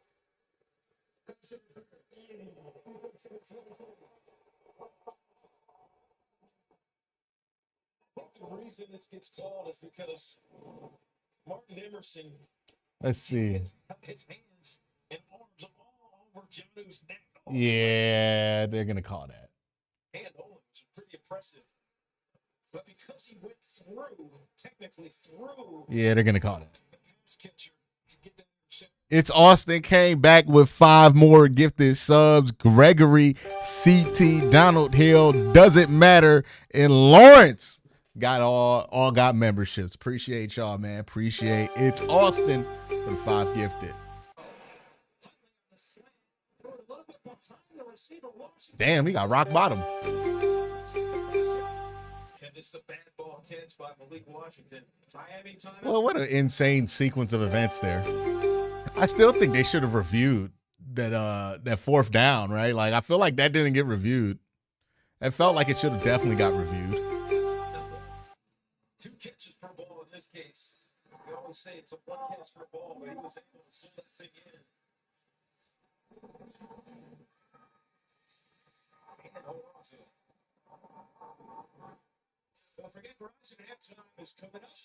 Our crew in New York will have scores and highlights on the Verizon halftime report. And guys, Teron Armstead is not out there right now for the Dolphins. That is Patrick Paul in at left tackle. Oh, Patrick Paul playing left tackle? We about to get a sack. Yeah, he put him on his ass.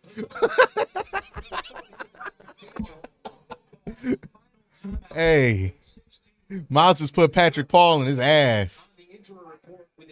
Come on, run that again. Run that again. This Manning left tackle. Yeah, we saw Teron Armstead on the ground for a little bit, but a series ago, he eventually got up. But I don't see him on the sideline right now, so it's left up to the rookie, second-round rookie out of Houston. Way overdrafted. Way overdrafted.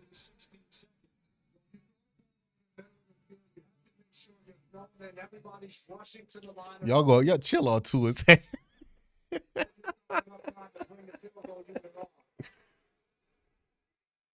Second and 3. Huntley. And that pass complete by Washington inbounds. They're going to have to hurry. They got caught timeout. Oh, they ain't gonna make it. 5 seconds left. Huntley under center. Spikes it with 1 second on the clock. Did he get it? Wow. Tyreek Hill almost got caught on the wrong side of the ball. Couldn't get on the other side trying to go through the Cleveland Browns defense, but you practice that all the time, and when it comes up, that fast execution of telling the guys on the field, you have to run directly off. Guys run everything that has to go on, get lined up, and they executed it to perfection right there. So here is Sanders to come out from 39 yards away. It'd be hilarious if he misses it. Why, dude? No, he missed it. Oh, no, he got it. He got it. Who got the ball to start? I think Miami did, right? Did Miami get the ball to start? I have no idea who got the ball to start. All right, DTR, getting demon mode, DTR, second half. Demon mode, DTR.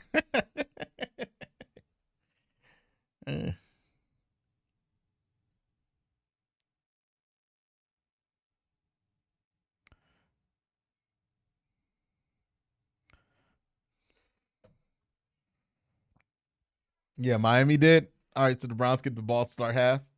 All right, I like that. That's good. That's good. 6-3 going into halftime. I mean, there's not really much to talk about. DTR's look like how he's looked every time he's been out there. The Browns defense is playing well. They're doing a good job covering against like Tyreek Hill, Tyler Huntley. He's not very good either. Jerry Jeudy's been open, but we haven't been able to get the ball to him. Yeah, it is what it is, right? Jerome Fort's look fine. Right now, the question here is like draft positioning. I think this would make the difference if the Browns lose next week and everything happens as planned next week. Then this will make the difference when being the 3rd pick and being the 6th pick in the draft. I am not interested in overdrafting a quarterback this year. So I am not too invested. Either way, which pick we get, I just want to know which one it is so I can start, thinking about the mock draft stuff. But yeah, y'all want Bailey Zappe? I'm telling y'all right now, Bailey Zappe is probably going to be just as bad. No, I'm not bringing my nuts out, man. It's always somebody goes, pause, like that's not the joke.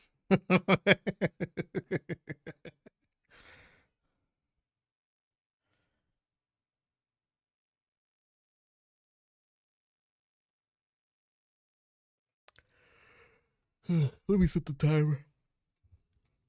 Set a 10-minute timer. 10 minutes. Counting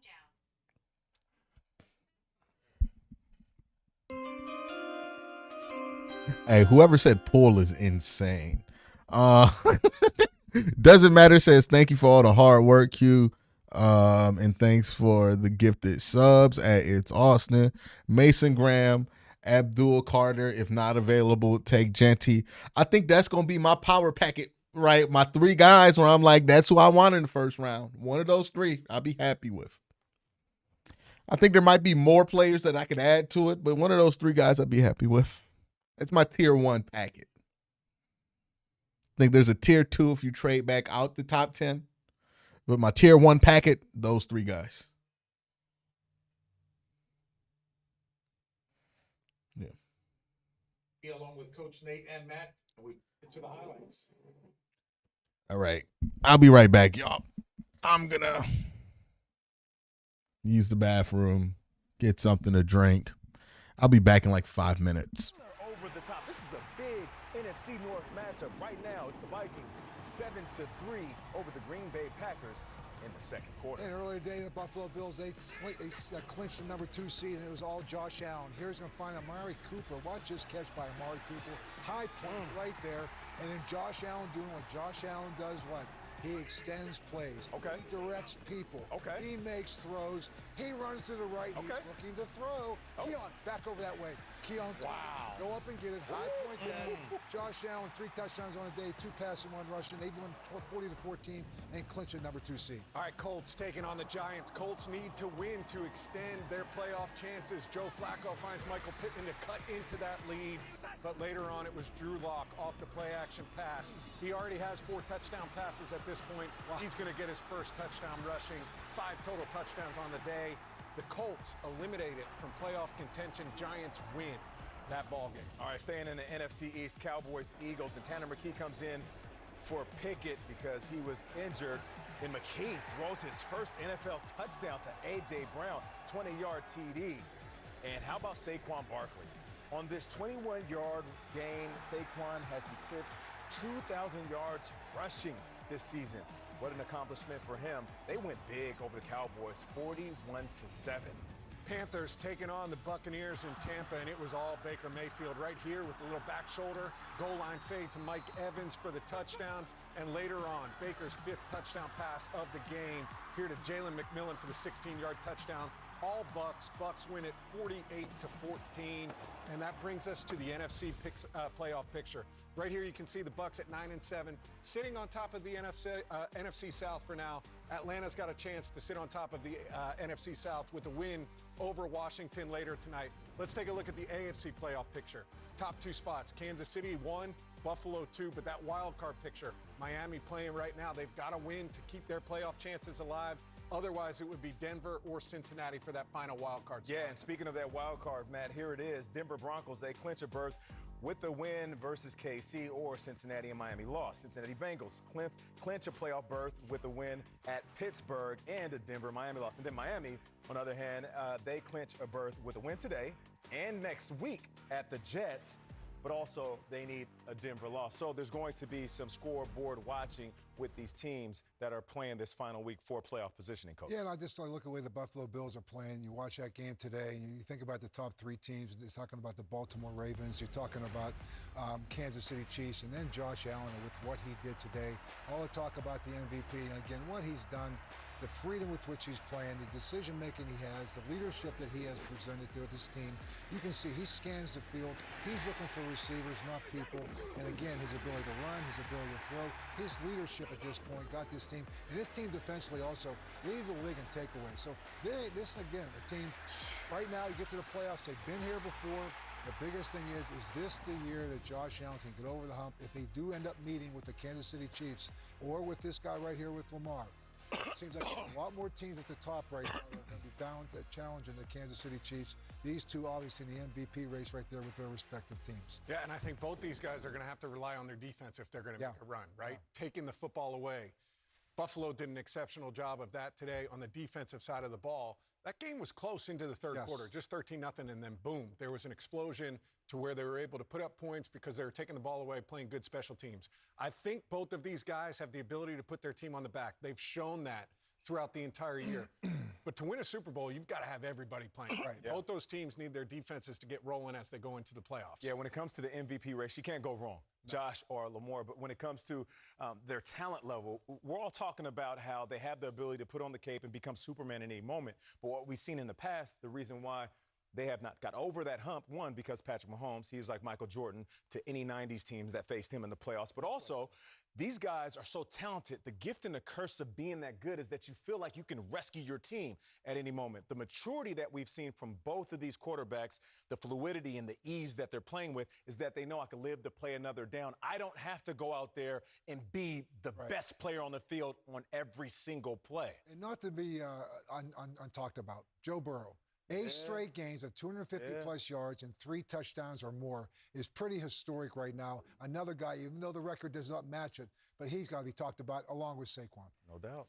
Boy, I wanted to use a basketball reference to make that point about Josh Allen. What are they, 8-0 at home now? First time unbeaten at home since 1990. Yeah. Bodes well. Hey, folks, and the Verizon Business Video Series is committed to building partnerships that empower your business. See more at Verizon.com/Corner Store, and the Verizon Halftime Report continues. CBS Sports presents the Verizon Halftime Report. The NFL powered by Verizon 5G. The Pro Bowl games are back, which means it's time to level up, show up, and turn up in Orlando. Deep ball, amazing! Get your tickets to see superstars with unreal strength and speed take the games to the next level. Go, go! And coaches Peyton and Eli Manning lead the flag football finale. Oh my goodness! The Pro Bowl games presented by Verizon, February 2nd. Tickets on sale now. Imagine the greatest team of all time. One that comes together to understand each other more deeply. Doesn't let a person's past prevent them from having a better future. Protects everyone's right to chase a dream and opens doors to second chances. Who wouldn't want to be part of a team like that?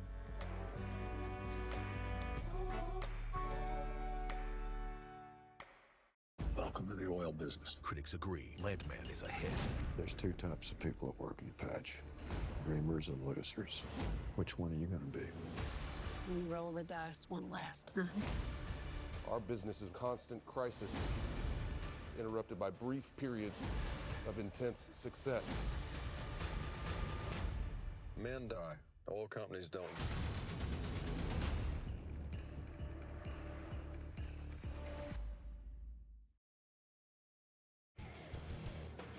There is a lot going on here at halftime in Cleveland.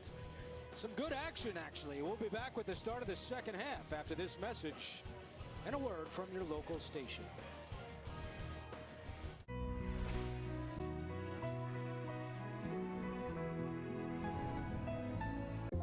See this story about the skills gap? There's a typo in it.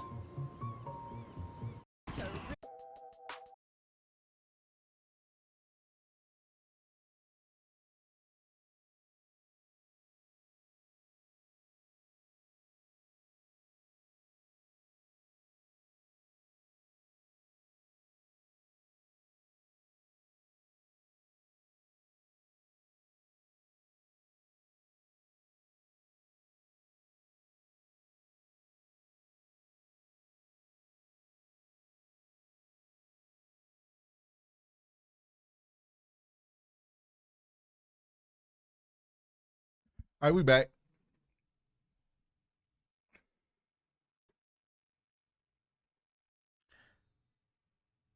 We back. We back. Y'all are still arguing about Baker Mayfield, man. Like, hey, it's over, man. Like, he not coming back. You're not going to get him back. It is what it is. Baker has thrown 40, I think it's like 39 or something like that. Like arguing about, like, this is my thing. Feel how you want to feel about Baker. I'm not here to tell you how to feel about it. I'm not here to tell you how to feel about the circumstances that led to Baker Mayfield not being here. But y'all, man,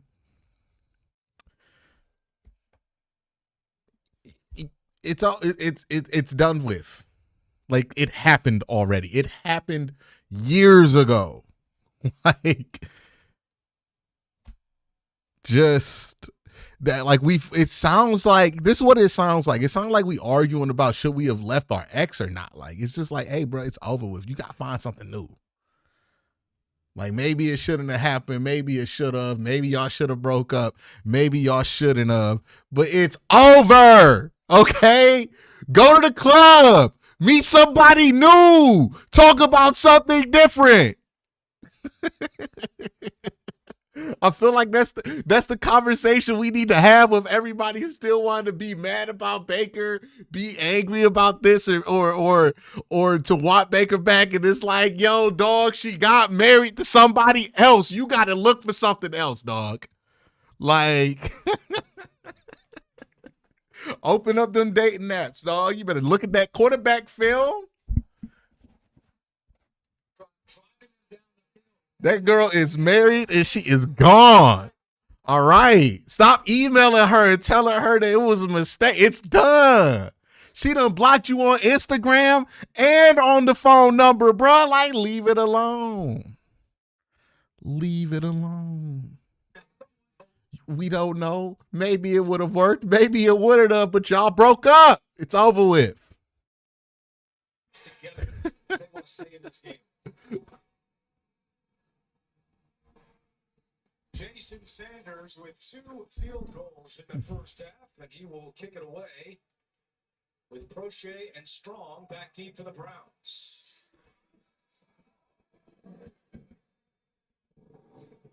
Good kick by Sanders. It is a touchback. And a moment ago, AJ with Kevin Stefanski. I need to have more conversation about who the next guy should be versus who the ex guy was. Score some points. You know, we turn the ball over with an interception and turn it over on downs. We have to find ways to get that ball in the red zone and come away with 7 points. Thanks. All right, AJ, and an injury update from Miami side. Teron Armstead has been ruled out for the rest of the game. Oh, Miles might get 4 of them. So it'll be more of Patrick Paul for Miami here in the second half. Thompson Robinson, and that pass is knocked down at the line of scrimmage. Great play by Kader Kohu, who had the game-sealing interception a week ago against San Francisco. Let's take a look at the quarterback comparison so far. This is brutal. 15 of 16. No touchdowns for either team yet in this game. I thought Tyler should have won the competition out of camp. Not explosive, but it's the mistakes, the self-inflicted penalties that have cost them. Second down and 10. Thompson, Robinson, and Judy, and there's Kohu again. Third down coming for the Browns.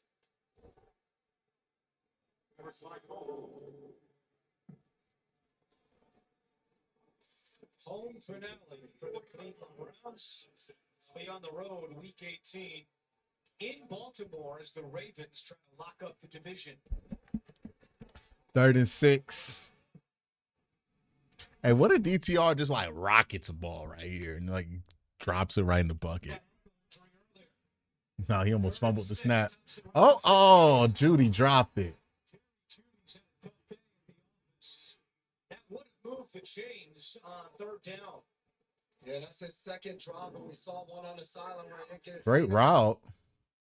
Yeah, he just dropped that. Agba on the inside, he gets open and just doesn't look the ball in, and those are ones that you have to be able to hold on to, especially with a young quarterback and Thompson Robinson trying to get something going and getting the ball down the field.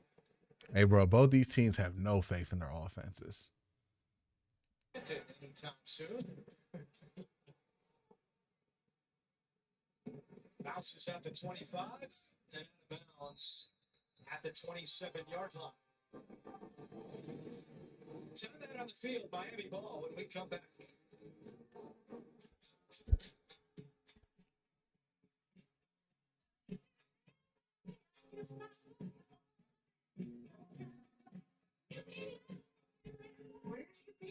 All right, Hasmo, I got to time you out for that. That was crazy. You say you want Myles Garrett to join the Ravens? Got to take a 10-minute break, bro. You wildin'. You are wildin'. That was wild. Okay. What? Yeah, 10-minute break. You'll be back in 10 minutes, brother. That was crazy. Nah, nuts. Nuts.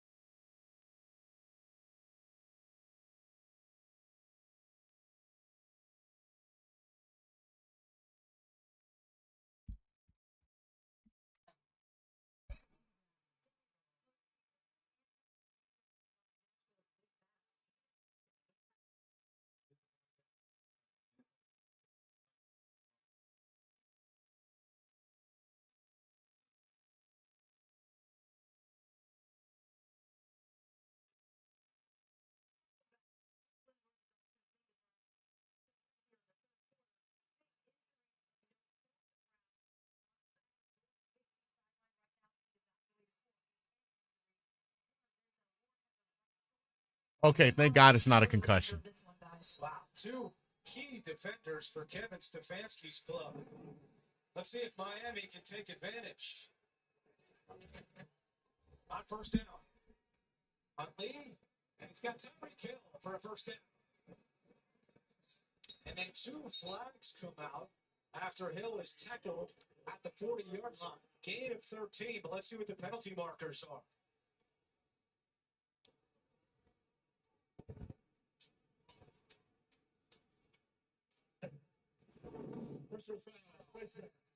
Deep defense in the 23. Well, yeah, it's face mask. Martin Emerson earlier called for defensive pass interference, now called for a face mask. So with the 13-yard gain, it's a... I don't even mind penalties like that at this point. Like, at least they're going hard to the ball. Emerson's had 2 really good years, y'all. Like, I'm going to just let this year be what it is, see what he does next year. To Tyreek Hill. Huntley back to the air, and he's got a first down to Malik Washington. So Tyler Huntley is now 15 out of 18 on the day, and he's got the Dolphins driving early in the third quarter. And no Denzel Ward, and now these first 2 plays, now throwing the ball at Cam Mitchell's in place of a Denzel Ward. No Hicks, ball going over the middle of the field for this Miami Dolphins offense, something that they excel at and exactly where they want to get the ball. And give the Dolphins offensive line credit. They've done a good job so far against Myles Garrett. Mostert, nowhere to go. Devin Bush, the first to get there for this Cleveland defense. And Andrew, you mentioned Myles Garrett. They did the same thing with Nick Bosa a week ago for San Francisco. Played against the Las Vegas Raiders.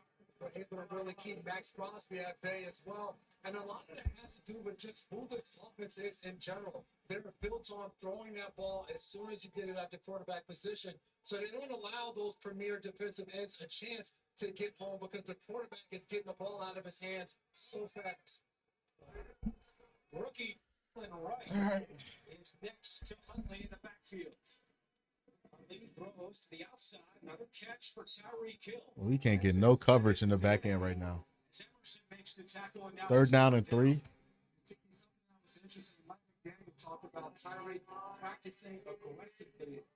What does that mean for Kyle? So we had to get clarity what he meant. And as a star that he is, you would expect him to be aggressive. But he was really talking about how he catches the football and not being indecisive with his hands. Am I underhand catching this? Am I overhand catching this? But attacking the ball. And if you get a drop that way, it's okay. Just don't be passive and get lazy. Actually, like we've seen Jerry Jeudy on the other side of the ball. That was a crazy stray they just threw at Jerry Jeudy. That was a crazy stray. Jerry Jeudy like 5th in the league in receiving yards. Why did he throw that straight to Jerry Jeudy like that? Let's just go on time. Right to the ball. Oh, we got Mike Ford covering y'all. We're screwed. Mike Ford out there possibly getting mashed up on Tyreek Hill. That's not good. This season, he began the year injured reserve with a shoulder injury he suffered in the preseason. Jeff Wilson enters as the running back. Huntley rolling right. He's going to keep it himself at the 10, 5, kicks it up to the end zone. And he is no signal yet. Touchdown. Snoop scores, and the Dolphins have the first touchdown today. What a great run by Browns legend. He do got the Corday braids. He do got the Corday braids. Nope. Half of y'all was in here in chat talk about some, I want to lose. We want the Browns to lose. Don't start bitching and moaning once the team starts doing the things they need to do to lose. Do not do that.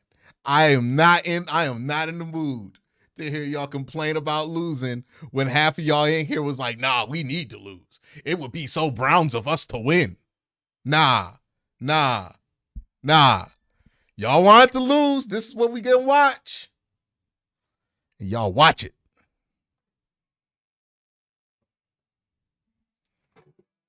Chewy order is en route for Monkey, who loves to climb.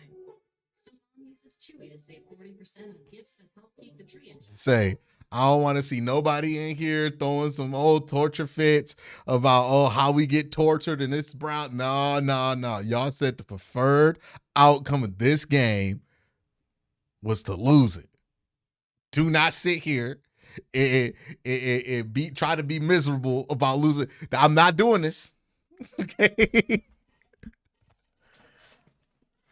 Like, I want the Browns to win every game they play.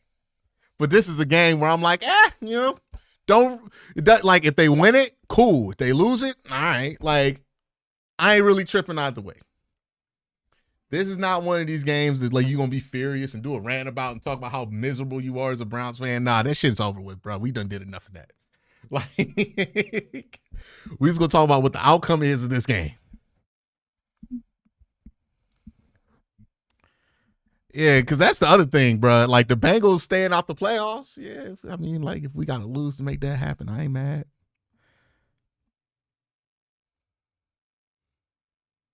No, my nuts will not be coming out for this game. No, absolutely not. My nuts are on injured reserve, bro. They out for the season.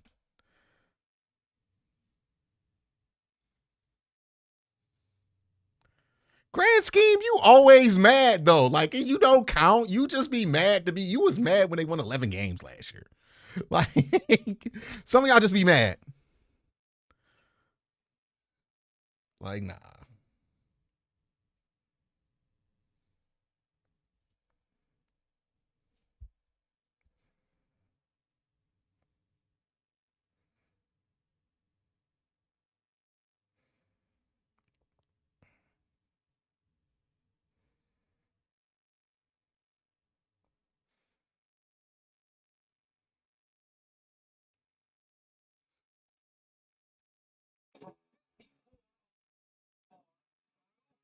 So in from 39 before that. The Dolphins go up by 10. Yeah, what happens in this game doesn't really say much about it either way, about the organization either way. That's my whole point. They win, okay. They lose, okay. Like nobody's opinion's gonna be changed because they won this game or lost this game. So like I'm not about to have no giant reaction and be like, nah, this loss means we gotta fire Kev. Like, no, it don't. It really don't. Like, on the positive, had to pick up Baker for the Final Fantasy game and now have a chance to win 5th place. Good. Appreciate that, Chris. Yeah, I know Baker probably been lighting it up fantasy football wise. I can always tell when guys are having good fantasy football seasons because like you'll just notice like the fantasy football guys in chat. Not like the regular people who play fantasy football. I'm talking about like dude, DTR is just having an abysmal game. Good Lord, he's just having a stinker, bro. An absolute stinker. Miami is eliminated from playoff contention so that if indeed this is his final year, he can latch on with a playoff team. And as he told us, chase a ring. We met with Calais last night. He said there's so much uncertainty over the next 24 hours. Jonathan Jones on the NFL Today said the Dolphins would release Campbell if they lose today. But if they win, they're going to have a chance in Week 18 to make the playoffs. As Thompson Robinson is able to get away from Calais. That felt like a little extra push. Very grateful that Miami is willing to work with him. But this is a situation that, as Calais said, he's been around football for 17 years. Hasn't really seen something quite like this. How do you guys wrap your mind around it? And you could feel how indifferent he was about it, talking about being a leader and a captain in his locker room. It would be extremely hard to leave his guys. But we know how short our careers are, and you want to maximize it as much as possible. Very unorthodox, but I understand him wanting to lead and chase that ring. Also, offense number 55. The difference is What's the best bet for Calais Campbell? I would say Philly. 8 years old. And we know that he still has game left in him. We've called his name multiple times today. Just saw him in the backfield on that previous. It would make sense for him to go back to the Ravens too. Miami Dolphins win this game. There's no doubt he's going to be a Miami Dolphin and try to get them to the postseason in Week 18. Even though, as we all said, it'll be a point of discussion. Thompson Robinson in trouble. He is taken down, except he throws it away before going. Well, that's grounding. Who nearly had the sack. And Thompson Robinson just chucked it to the stands on his way down. This seems like an in the grass situation, if you ask me. Flag is down. They're going to call the intentional grounding. He's just so small. Game in so many ways, both on the field and in the locker room for Miami.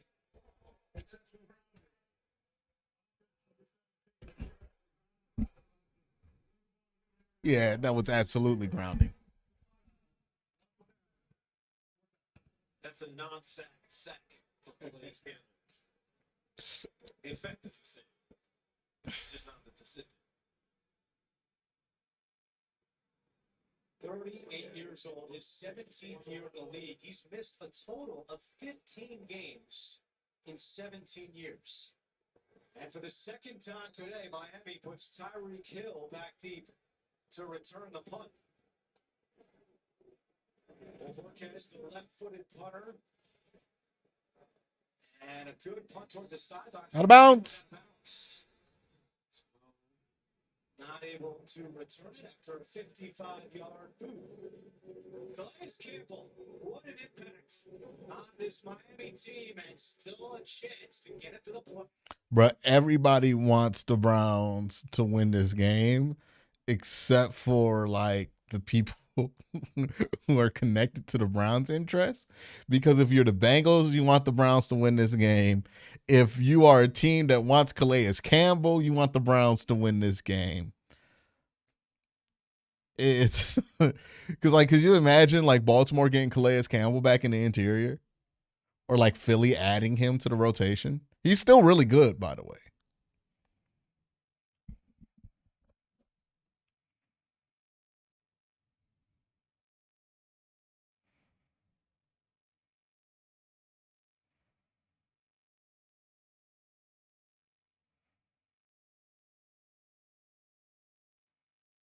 Someone said, do I remember when people were hyping up DTR to be the next Pat Mahomes? Yeah. Yeah. People to this day don't believe like that happened, but like I remember vividly. I have a video on this channel reacting to one of those takes where somebody said that. Now, to be fair, it was an insane take at the time that somebody said it. So it wasn't like the normal take. Not like everybody was out here saying that kind of craziness, but it was a sentiment that was out there.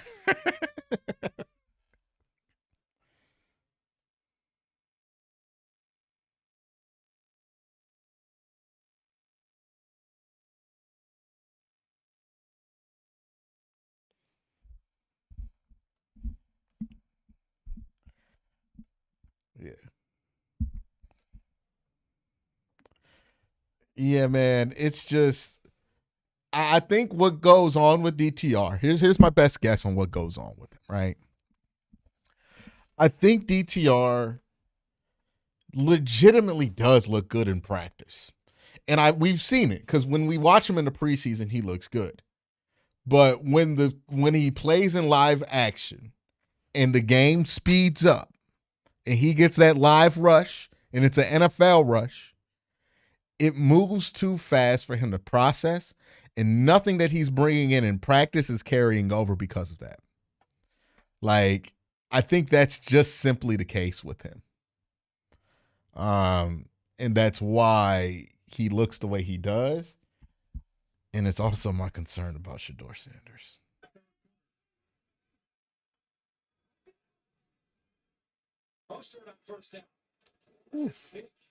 Good tackle.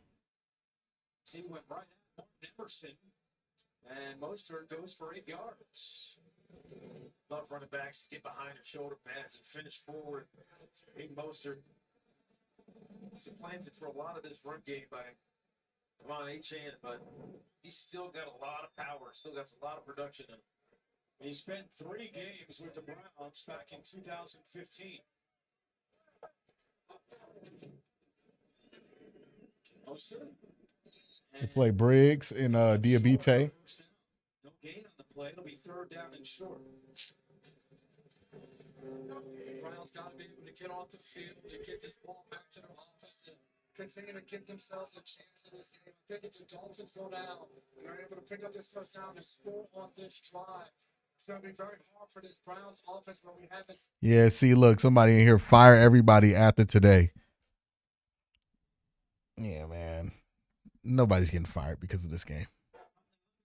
Oh, Miles got him!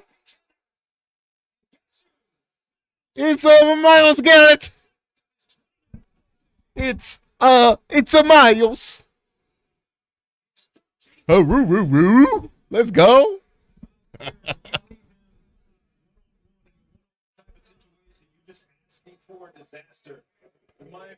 If anybody is out here advocating for Joe Flacco, please, he just lost to the Giants, brother. Miles Garrett, but then has a beeline for the quarterback. Bailey punting to Prochet. Short kick. Prochet, fair catch at the 30. A 41-yard punt. We'll be back in 30 seconds after this for Progressive. It's a me, a Miles Garrett. Hey, let's go. Get on the next one. That's just getting to him. Maybe we should change it up. Cam, get loose. Yeah, you got this. Hey, you got us this far. Keenum's going to finish the drive. You got it. If only they were back in real life. But at least there's Progressive to protect your home and auto.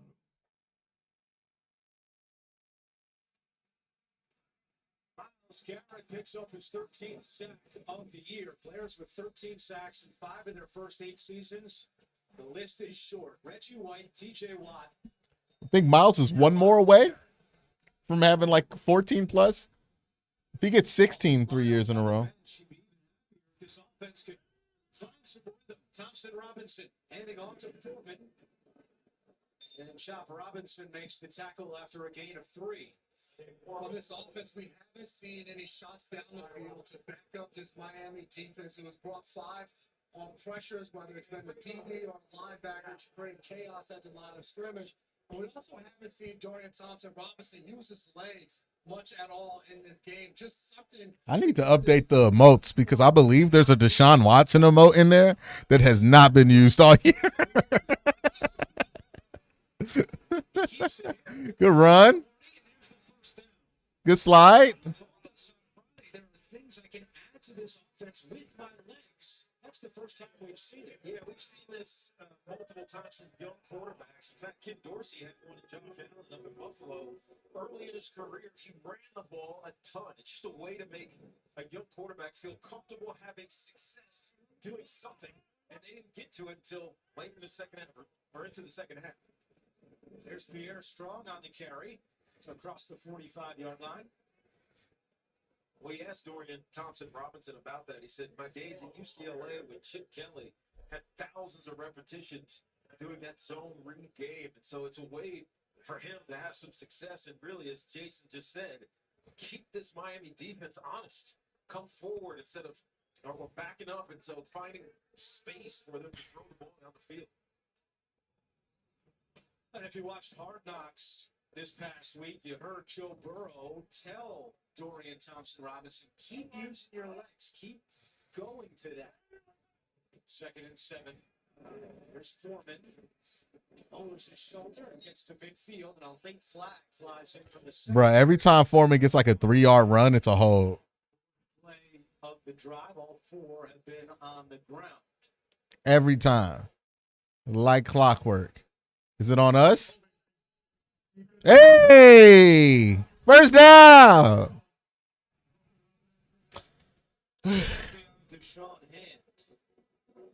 Oh, he's out of Alabama, right? Tiki Barber, Jason McCourty, AJ Ross down on the field at Gene's Territory back in New York. I'm Andrew Catalan. We thank you for joining us for Week 17 of the NFL on CBS. And the Miami Dolphins playoff hopes alive and well, trying to take care of business, win out, and Denver loses next week. They are in. First down and 10. Thompson-Robinson tripped up by Calais Campbell, bro, at age 45, whatever he is. No way that guy is 38. Let me see how fast he got off the ball and got in the backfield. This is so impressive. We're going to see him right here from his defensive line stance, and they're running away from him, and they're pulling the tackle right there, and that is just textbook technique. Gets right He had so much space there, too. And make a big tackle for a loss. That, my friends, is Calais Campbell. his 260th career game, 4th most among defensive linemen in NFL history. Thompson-Robinson in trouble again. Ball comes out, and the Dolphins have it. Deshaun Hand recovers the football. By the former Brown, knocked it free, and Hand gets his hands on it. That Andrew, but as soon as the Cleveland Browns get any kind of momentum, Brother, I wouldn't even count that as momentum. it's a turnover for the Miami Dolphins, who are right in position now to go score again. Yep.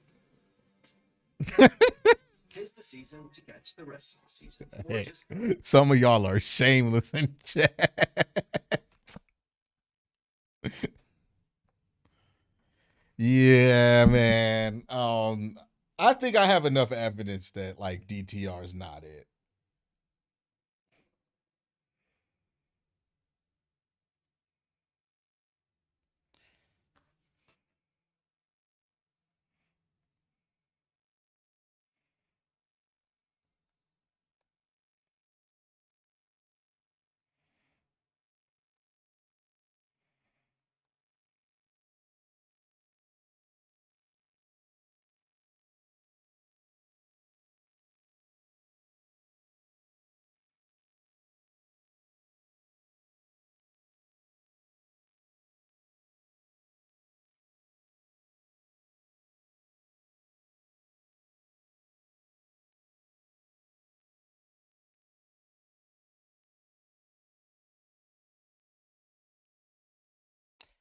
Yeah, I think DTR was worse than Deshaun Watson, though. I guess I was wrong. I'm like, hey man, it can't be worse than Deshaun. It can be DTR. DTR has been worse than Deshaun. I think that's fair to say. Whew. This brother stinks. And now all the non-Browns fans that wanted us to win understand our plan. I welcome you all. Hey man, starting DTR had to be strategic. Like, whew.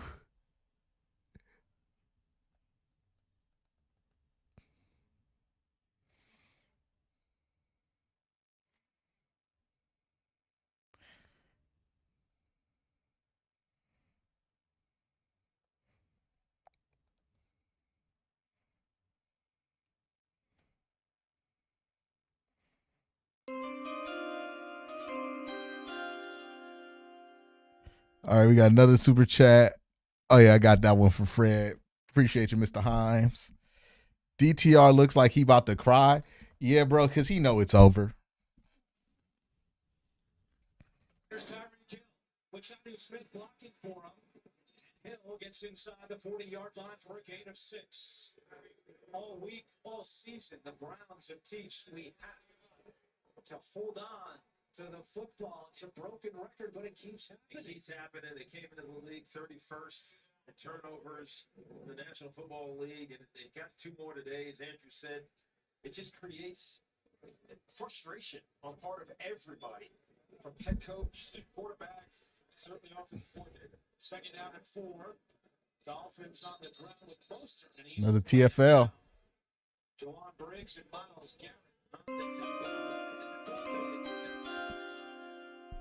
I wanted Mason Graham, but I'm on the Abdul Carter train now because if we don't fix the QB, Miles might want to leave, and we need a next edge in line. I just think you should want Abdul Carter because he has the highest ceiling out of anybody in this draft. Showdown next week in Week 18 against the Detroit Lions. Meanwhile, Miami has a 3rd and 5 from the Cleveland 40. Huntley, pressure coming. Garrett is chasing him. Huntley trying to get away. Huntley, and he dives towards the first down line. We'll have to see where they spot him. It can't He's be short. when Miles Garrett is chasing you from behind. I think that made Huntley run a little faster. Of course it did, but it's also not pulling away from him. Miles Garrett is first of all, his biceps are the biggest thing I've ever seen. Defensive end. Here he is catching the quarterback. Like, this is some of the what we have seen in this game is just some of the worst quarterback play to ever grace this stadium. And like, think about the ground that covers, man. DTR's hands are too small, coupled with his light body frame. Short height makes him a horrible quarterback. Do you trust Andrew Berry with the 1st round pick? I think he should get a veteran quarterback. Look, man, I'm not going to judge Andrew Berry's ability to draft the quarterback based on what he did in the 5th round with DTR. I think that's very unfair. Right? Because is DTR a flawed prospect? Of course, but any quarterback you draft in the 5th round is going to be a flawed prospect. So, yeah, I think that's going a bit far, right? Like saying that you're going to judge his ability to get a guy in 1st round. I think what you have to use to judge that is just how well has he drafted overall. And Andrew Berry's been, I think, above average, sometimes average, average to above average. If McDaniel. Is this worse than Deshaun Kaiser? Hey, Deshaun Kaiser moved the ball, though. Right foot is inbounds. Where's the ball when his left foot touches out of bounds is the question. His left foot is dragging, so it's where it goes out of bounds and where the ball is determine where the spot should be. And Gene Steratore is with us. How do you see it, Gene? I'm looking at where that football is crossing the sideline too, Andrew. We can see he's reaching, and at that point, I don't think there is something there to overturn that, something really 100% conclusive to flip the ruling on the field. To me, it looks like that ball's crossing the sideline just short of the line to gain. And these are awful hard to overturn unless it's something really, really, missed in an egregious fashion. All right, Shane, we're still waiting to call from Ron Torbert. If McDaniel is wrong, it'll be 4th down and 1, and he'll lose a timeout. I kind of want the Dolphins to win this challenge so like I could see Myles Garrett try to get another sack. What it was, and the tough thing when you look at this from Mike McDaniel, you challenge and you believe that he picked up the first down. But the fact that they called it short, for me, I don't think there's going to be anything in that replay that now tells him no. He definitely was able to extend that ball and reach it far enough past that marker. After review, the ruling on the field that the runner is short of the line, the game stands as called. Damn. Ooh, Johnny Manziel. You know what though? Johnny was running that ball Johnny had a couple of games though. Like Johnny had a couple of games. Like everybody remembers the Cincinnati game, but we always forget how well he played versus Tennessee that one game. He also had a pretty good game versus the Chiefs. I mean, Baker is mid. It's just DTR is way worse than Baker Mayfield. How does this change how good or bad Baker Mayfield is? He's mid. Like he's tier 2 at best for a couple of years, and then he's tier 3. Oh, they didn't get it. Let's go. Nice play, Devin. Stand corrected.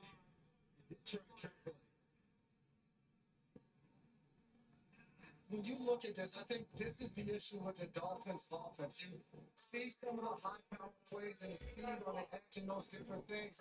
But right now, 4th and 1, and instead of trying to run downhill and trusting the offensive lineman as somebody to be able to make a block to pick up a first down, they're pitching it on the outside and give Devin Bush a ton of credit. Beating the block on the outside, getting up the field, and making a tackle for a loss. But you want to see your offense hand the ball off and run downhill and pick up the first down. True, but if that is blocked correctly, it's successful. Uh-oh, he's heating up. DTR is heating up.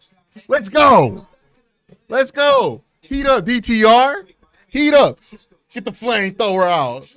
Get the flamethrower out, DTR. In short yardage situations, he was not on the field on 4th and inches. And both of those plays were downhill runs where he's picking up 6 yards. Connor Shaw? I don't know.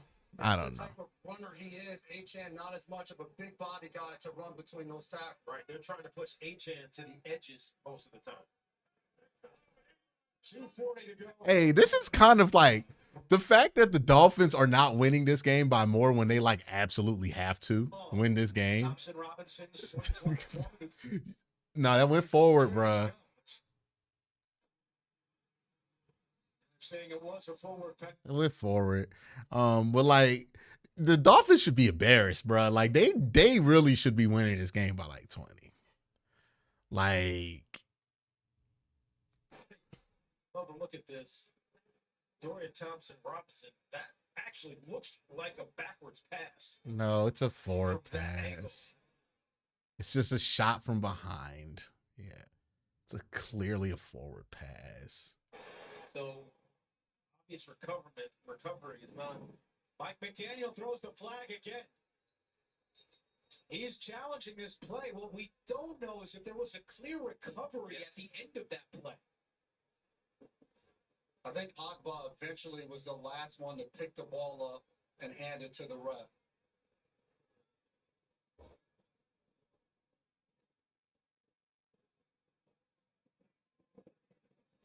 Gene is going to have to take over this second half. Hey man, Miami challenging it twice in a game like this is just brutal.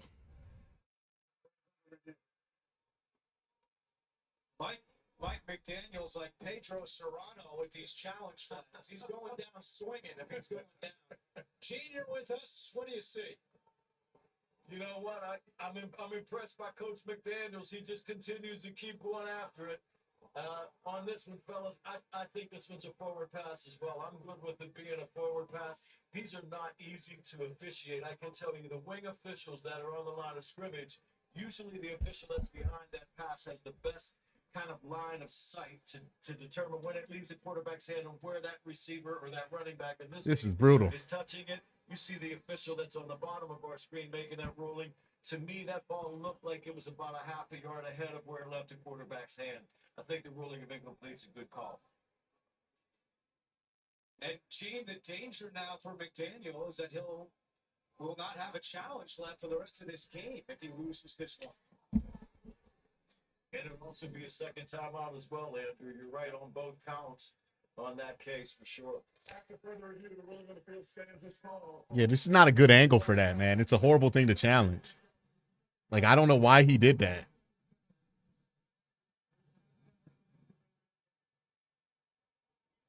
Well, that's not a good use of challenges or timeouts for Mike McDaniel. 0 for 2 today, 4 for 18 in his career. And only one timeout left for Mike McDaniel and the Dolphins now. Second down and 10 for the Browns. Bro, they are pressing Manning, everybody one-on-one. They're not afraid. They just have not been able to walk through it. They're strong trying to walk. Oh, shit. Let's go. Let's go. Hey, we're bringing out the flamethrower. Let's go. Let's go. He's coming off the edge. Yeah. He kicks out on the edge. And he gets to the sideline. I mean, the zone read game, we talked about it a little bit earlier with Dorian Thompson-Robinson. More of this. All right, DTR. Show him. Show him what the Cali kid could do right here, DTR. Show him what the Cali kid could do right here. Oh. Toss by Thompson-Robinson. Again, Dorsey said last week. Come on. Hey, come on. Come on. Come on. Come on. Hey, fire right back at him.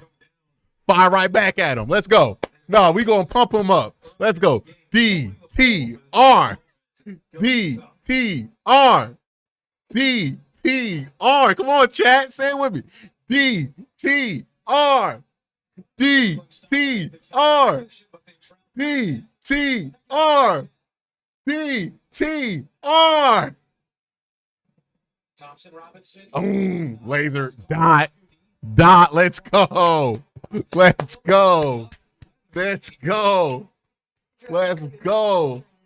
Definitely going to be the wind that was forecasted to have 15 to 20 mile per hour. Yeah, chat. Yeah, chat. Come on. It's third down. DTR. DTR. DTR. DTR. DTR. DTR. DTR. Oh, dot. Let's go. Let's go. Let's go. Let's go. Hey, DTR and the D stands for dynamite. There it is. Yeah, we never gave up on you. Let's go. Let's go. Yeah, and we should get 15 on top of that. Yeah, DTR. DTR. DTR. Uh-oh. He's heating up the flamethrower. Don't worry. Look, he threw that one behind the line of scrimmage just to get the gasser warmed up. You know what I mean? Look, he knew that penalty was coming.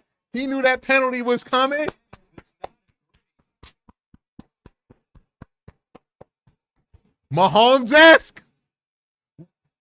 Hey, throwing behind the line of scrimmage, getting 15 yards off a penalty that nobody agrees with. Yeah, getting a bullshit penalty. Mahomes-esque, baby. This is Mahomes-like right here. Mahomes-like. Only Pat Mahomes can get a bullshit penalty like that. Come on, y'all. Y'all know what we looking at. The future. DTR. DTR. Let's go. Roof. Oh, roof. This is awesome. Let's go. Get the flamethrower ready. Yeah, let me get some fire in chat, man. Let's get the flamethrower going, boys. Let's get the flamethrower out. Let's go. Brian Sipe Jr., let's get the flamethrower out, man. Yeah. Let's go. Let's go. Let's go. Let's go. DTR. DTR. DTR. DTR. It's the DTR aura, bruh. We at the 4. We at the 4. We just need 5 more for a score. Let's go. Let's go. Let's go. Let's go. Heat check. Heat check time. Yeah. Y'all know it's getting hot in here, y'all. It's getting hot in here because DTR just brought out the flamethrower. All right. Did y'all see how he threw that 1-yard pass to draw that penalty? That's next level right there. That's next level right there, bro. Nobody in the NFL other than Pat Mahomes can think like that. Like, he's doing 4D chess out there. You know what I mean? You just got to give him time to cook.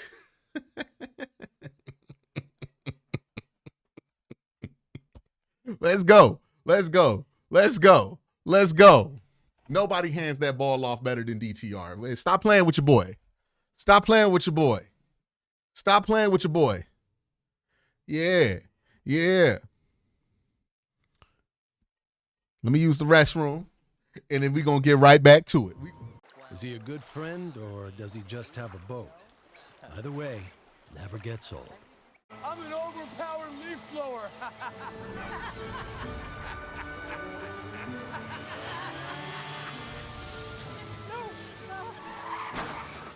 And if you don't have the right auto covers, this could really blow your budget. Welcome to Monday Night Raw. You gotta be kidding me.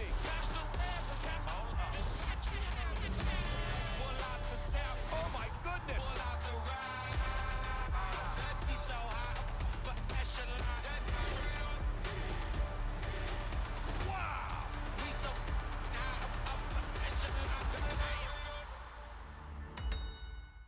The future is won by those who fight for it. We are Marines. We were made for this. Did you get the Duracell batteries? What's it matter? Batteries are all the same. Incorrect. Only Duracell is built different, with Power Boost ingredients inside. Power Boost ingredients are a unique blend of nickel and lithium. No other batteries have them. Power Boost. You guys are making this work. With Bud Light, it's easy to watch NFL Sunday Ticket from YouTube TV. Yes! Right? It's not for everybody, right? Marriage is not for everybody, but... Visit BudLight.com for a chance to win. I'm so happy, right? I just got a commercial for a McRib, and it's appropriate because what makes the McRib is the sauce. And ladies and gentlemen, we saw the flamethrower the last couple of plays from DTR. Now we about to get that fourth quarter sauce from the specialist, Dorian Thompson-Robinson. Yes, ladies and gentlemen, Chef Dorian is entered the building. Chef Dorian is here, baby. And he's about to cook. Cook, DTR. Cook. Put the sauce on them. They not ready for it. Yeah. Yeah. About to put them in the kitchen. Uh-oh. Play action. Play action. Ooh, hold on. Hold the sauce. Hold the sauce. Hold the sauce. Hold the sauce. They wasn't ready for it. We got to give them it on third down. We got to give them it on third down, y'all. We got to give them it on third down. Let's go, Chef Dorian. You know what I mean? Look, he could have gave him the sauce, but he decided, I'm going to spare him, bro. I'm going to give him one more down to show me what they like. Let's go. Put that hat on. Put that hat on. Let's cook. Let's cook. Yeah. Yeah. He goes in motion. Third and goal. They run it with Foreman. And Foreman kicks it. Let's go. Let's cook. Let's cook. Let's cook. Let's cook. Yeah. We cooking. Look, if we get it, we get it. If we don't, Miles gets a safety. Let's see what Dorian Thompson. Yeah. It's flamethrower time, y'all. Come on. Y'all know what time it is. Y'all know what time it is. Y'all know what time it is. Y'all know it. D-T-R. D-T-R. D-T-R. D-T-R. He got robbed. There was a penalty. Should have been a penalty. Should have been a penalty. Got robbed. Got robbed.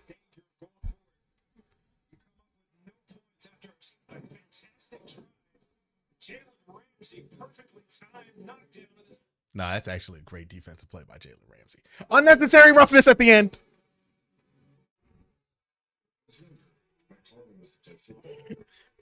That's actually a great play. They should have called the penalty, man. They should have called. Ball should be on the one right now.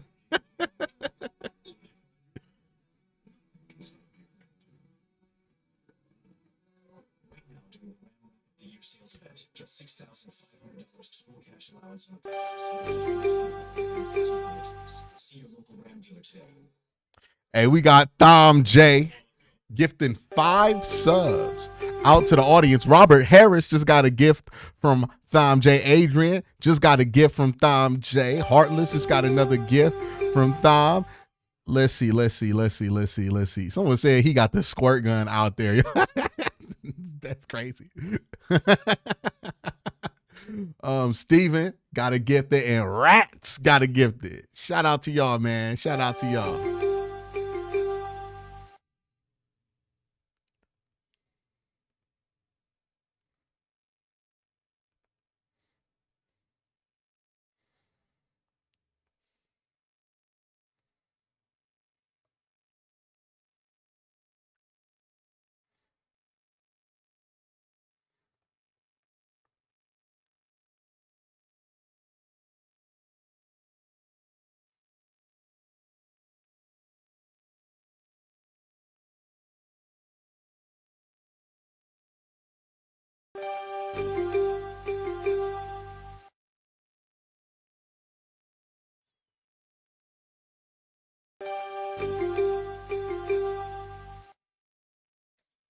We got more gifted subs. Oh, Thom gave 5 more out. Okay. Or Aurora got something. KW Outdoors got something. Just a guy 24 got some gifted. What's up? Brandon G got gifted. Okay.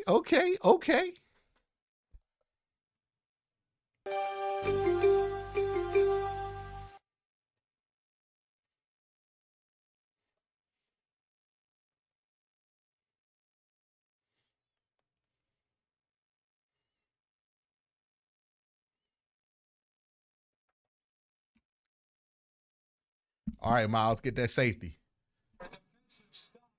Oh, they took Miles out the game?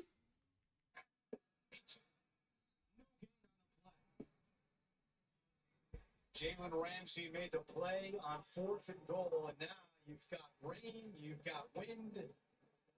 Can the Dolphins figure out a way to hold on and keep their playoff hopes alive going into week 18? Yeah, get the This is just because I support you. Appreciate you, Lavelle, man. Appreciate the support. Hey, what is he looking at on that iPad, bro? So this drive is a big one. Huntley throwing, and it's dropped by Washington, who had a first down. Miami Dolphins do such a good job of marrying their run and pass game. They're going to have to throw on 3rd and 10. Great work, Q, in an awful year. I try my best. Appreciate the Euros. Maybe expecting it a tad bit later, but you often see that slot receiver come off the ball looking at. All right, Mike Hall, safety time. Safety time, Mike. Ain't no way they're going to throw this, right?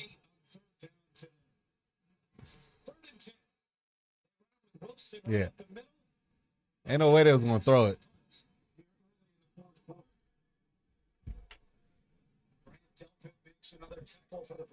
Hey, bro, they keep putting this man out there. From Mike McDaniel's standpoint, So far in this game, we've only given up 3 points to this Cleveland. Oh, yeah. It's pouring rain, and we got Dorian Thompson-Robinson. Let's go.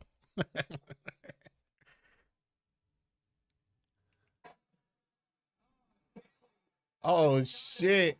This one goes out of bounds at midfield.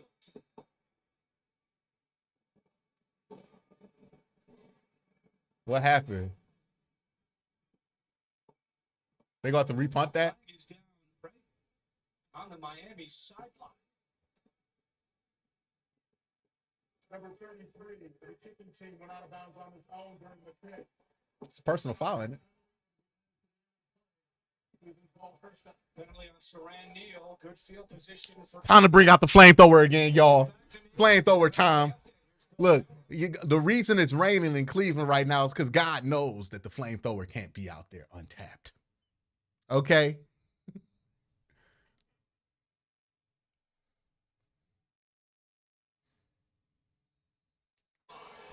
Continues for Sam Darnold, who was a free agent after the season. He'll be making more than $10 million.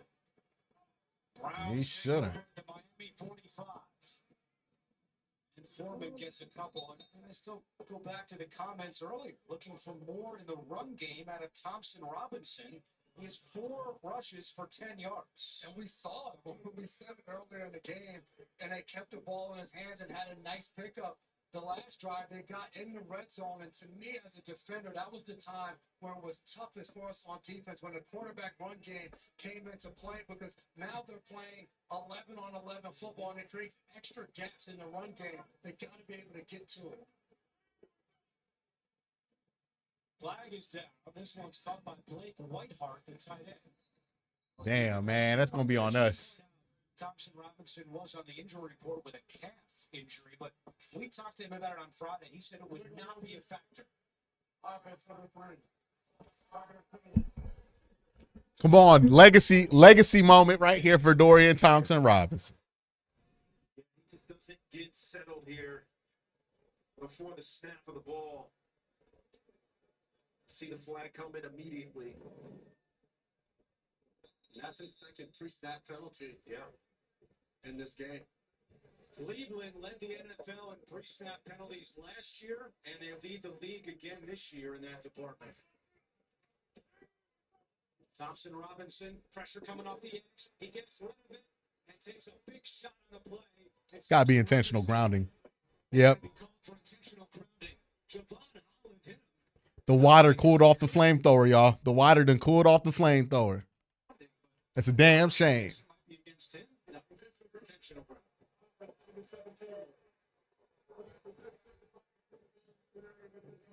That's his like 5th one. The challenge here is that Holland disrupts this a little bit. Not that Jerry Jeudy was wide fucking open too. clearly the throw was affected by the pressure. And that again is Anthony Reaver sending 5 guys at Dorian Thompson-Robinson. This time it was Javon Holland coming off the edge, scot-free, unblocked by any guys on the offensive line. There's nothing you can do as a quarterback when someone's coming that clean. Calais Campbell told us that Weaver would make a great head coach one day. The Saratoga Springs, New York native has done a wonderful job with this Dolphins team. Yeah, they just about to run this. Nah, throwing it. Short is strong. Well, when we leave this booth, let's see if you put on a hat. Oh, I got one.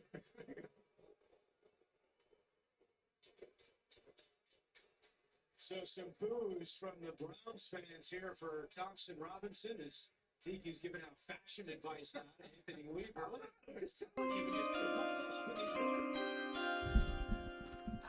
I mean, we write signature DTR drive indeed. Hey man. Makes you appreciate the GOAT PJ Walker, right? Like, hey, look, y'all gonna rethink that PJ Walker disrespect from last year. A flag is down.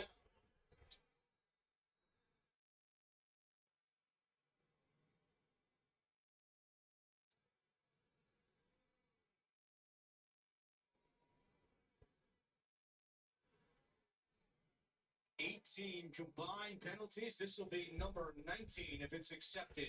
Let's go.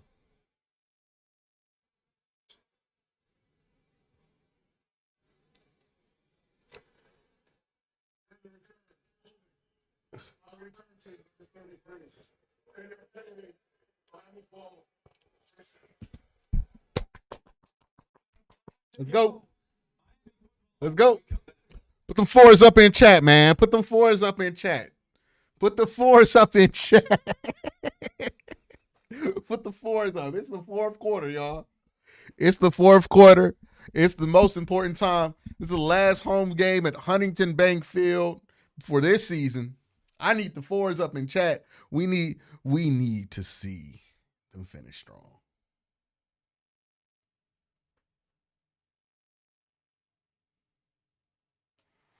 Let's go. Oh, we got the Deshaun.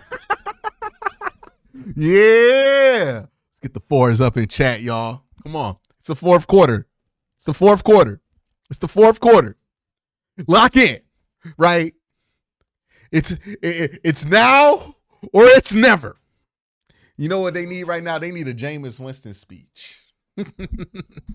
We need a Jameis Winston speech right now. Let's go. Fours in the chat. Fourth quarter, y'all.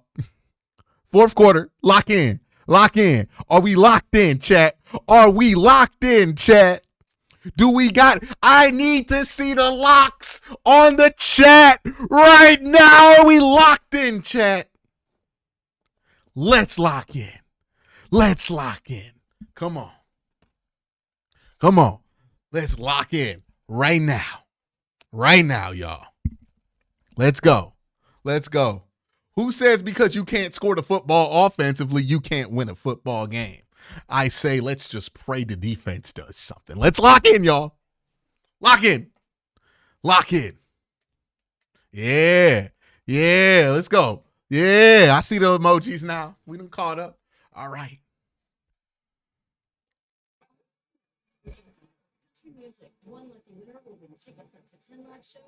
Let's go. Let's go.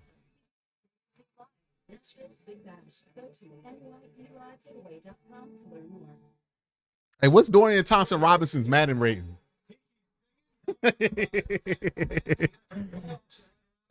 Ain't no time for locked out. Ain't no such thing as locked out. Somebody saying you locked out. Nah, fam, that's not a thing, bro. That's not a thing. Either you got the key in your heart or you don't. Let's lock in. Let's get that dog bark in. Let's go. A roof, roof, roof. Someone said Deshaun Watson comeback player of the year 2025. That's disgusting. The Broncos lose to the Chiefs. First down and 10 for Miami. Poster. We have not seen a lot of HN here in the second half. We haven't, and we've seen more of Mostert. We saw. There you go. There you go. There you go.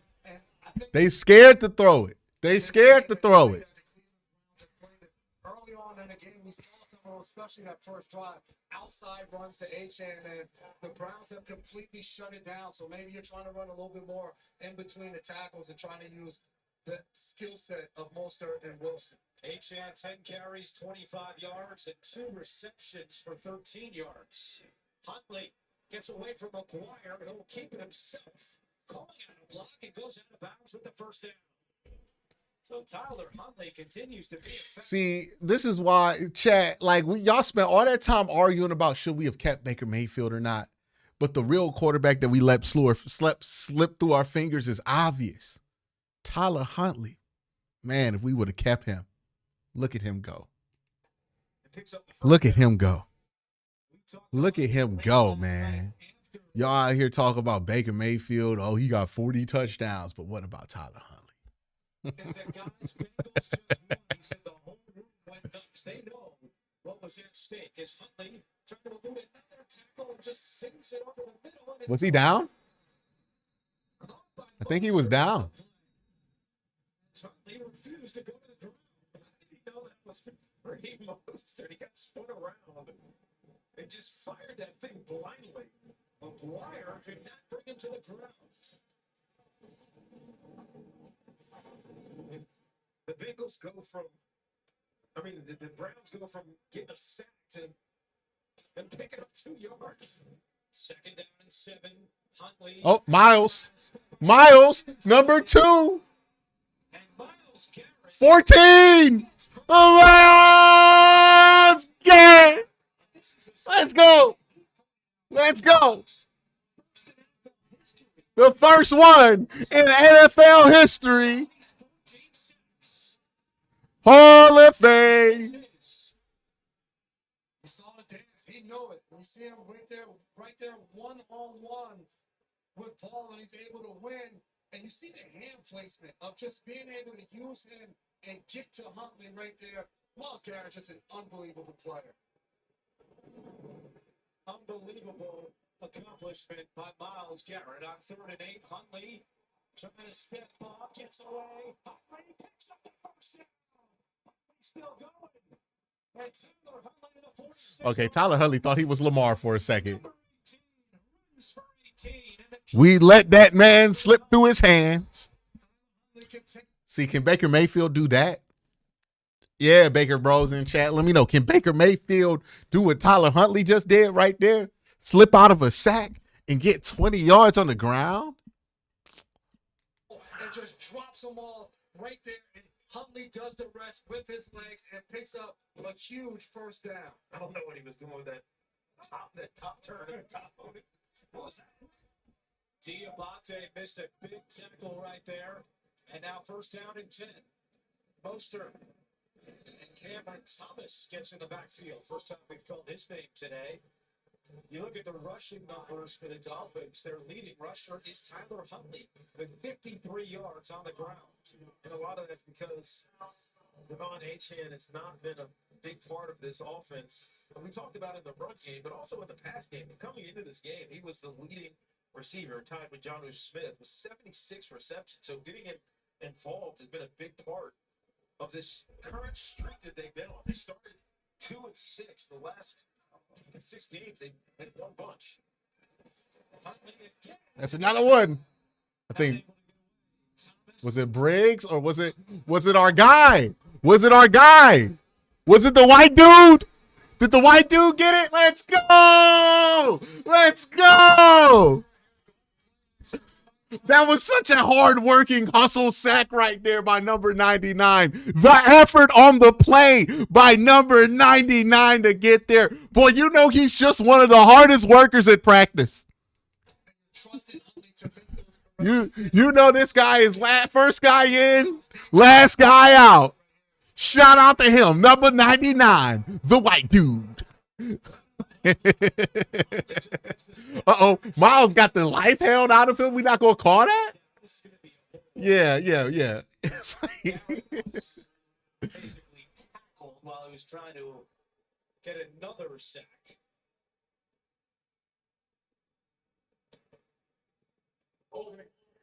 Offense number 52. Yeah. Patrick Paul, the guilty party. Yeah, this is a tough indoctrination for Patrick Paul. Gets one of the best pass rushers in the game of this year. Yeah, man. Patrick Paul's not good. Putting Patrick Paul one-on-one with Miles Garrett is just a death sentence. Like he knows he's fucked. Okay. Austin says sending you money for staying on stream and watching this hell of an offense. Take up 5 minutes. Hey man, the time has breezed by. All right, DTR. It's now or never, man. It's now or never. Show us who you are. What's the Michael? Y'all got the Michael Irvin clip? Y'all got the Michael Irvin clip? Hold on. Nobody believes in you.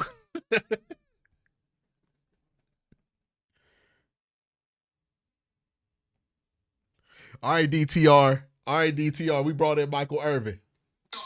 Listen to everybody. Yeah. What are you gonna do?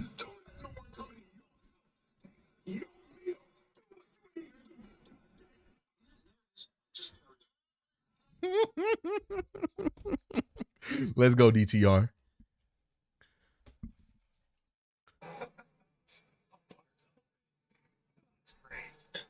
Especially after the last one, which was bad.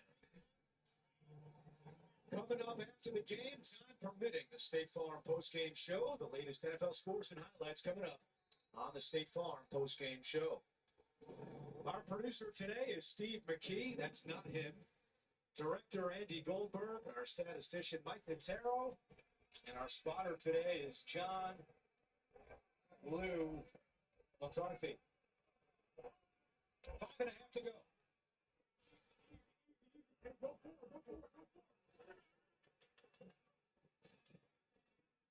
Thompson Robinson to the outside, incomplete. Looking for Elijah Moore, as Elijah Moore has one catch for 1 yard today. Guy's name we haven't said today is Zach Sealer for the Miami Dolphins, their interior defensive lineman, who has 8.5 sacks on the season. He's usually the big play guy in those moments. He's the guy that comes away with the sack or the interception or the big pass breakup. Thompson Robinson from his own end zone completes this one to Judy. There you go. Extra effort. He comes very close to a first down. Let's go. Jerry Judy, 8 catches today for just 63 yards. All right, DTR.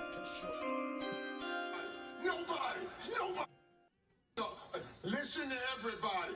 Nobody believes in you. What are you prepared to do about it? Don't let no one come into your house. Take your meal. I'm not nervous. In a one-score game would be a different ball game right now, different feel. If it was a 7-point Go. Love the vibe. Go Browns. Absolutely. Yeah, what happened to unwavering faith, Tat? They got to catch those. Playing through a knee injury and a finger injury now in his 12th year, and he spent 4 years here in Cleveland, from 2013 to 2016. I forget Jordan Poyer played here. In a Browns uniform. He played here during the FUBU era. 7 years with the Bills, now in his first season with Miami. Jamari Thrash, do you know where you supposed to be at, sir? No. We got too many guys on the line of scrimmage. Second down and 10. Thompson Robinson throws it to Nova. Where was the running back? Bro, that Pierre Strong, where are you? That's a play to you. On an illegal blindside block, he lacerated his kidney on the play, and there was a chance that his football career was over. He did not come back and play that season. As we have another penalty. Is it going to be grounding again? Intentional grounding. Clay Scandal got right up to the referee. Said there's nobody over there. There's confusion from the Browns pass catchers. Jerry Judy, Pierre Strong. Yeah. That's 3 in a game, bro. That's almost disqualifying.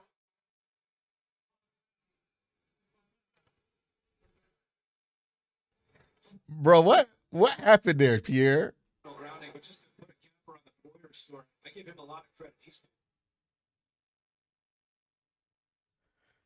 Hey, DTR, you cannot panic and throw it to if you don't know he's there. I remember standing on the sideline of that game. Antonio Andrews was the guy that made the hit on Poyer that game, and how scary it was for all of us, just as NFL players, of seeing him go through that. And to your point, he's been fantastic as a safety in this league throughout his career.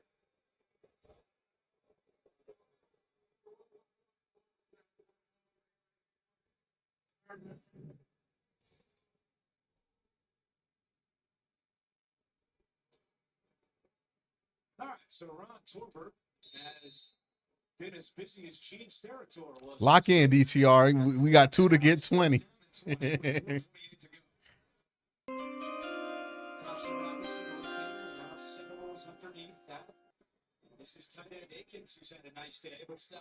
Got a super chat here.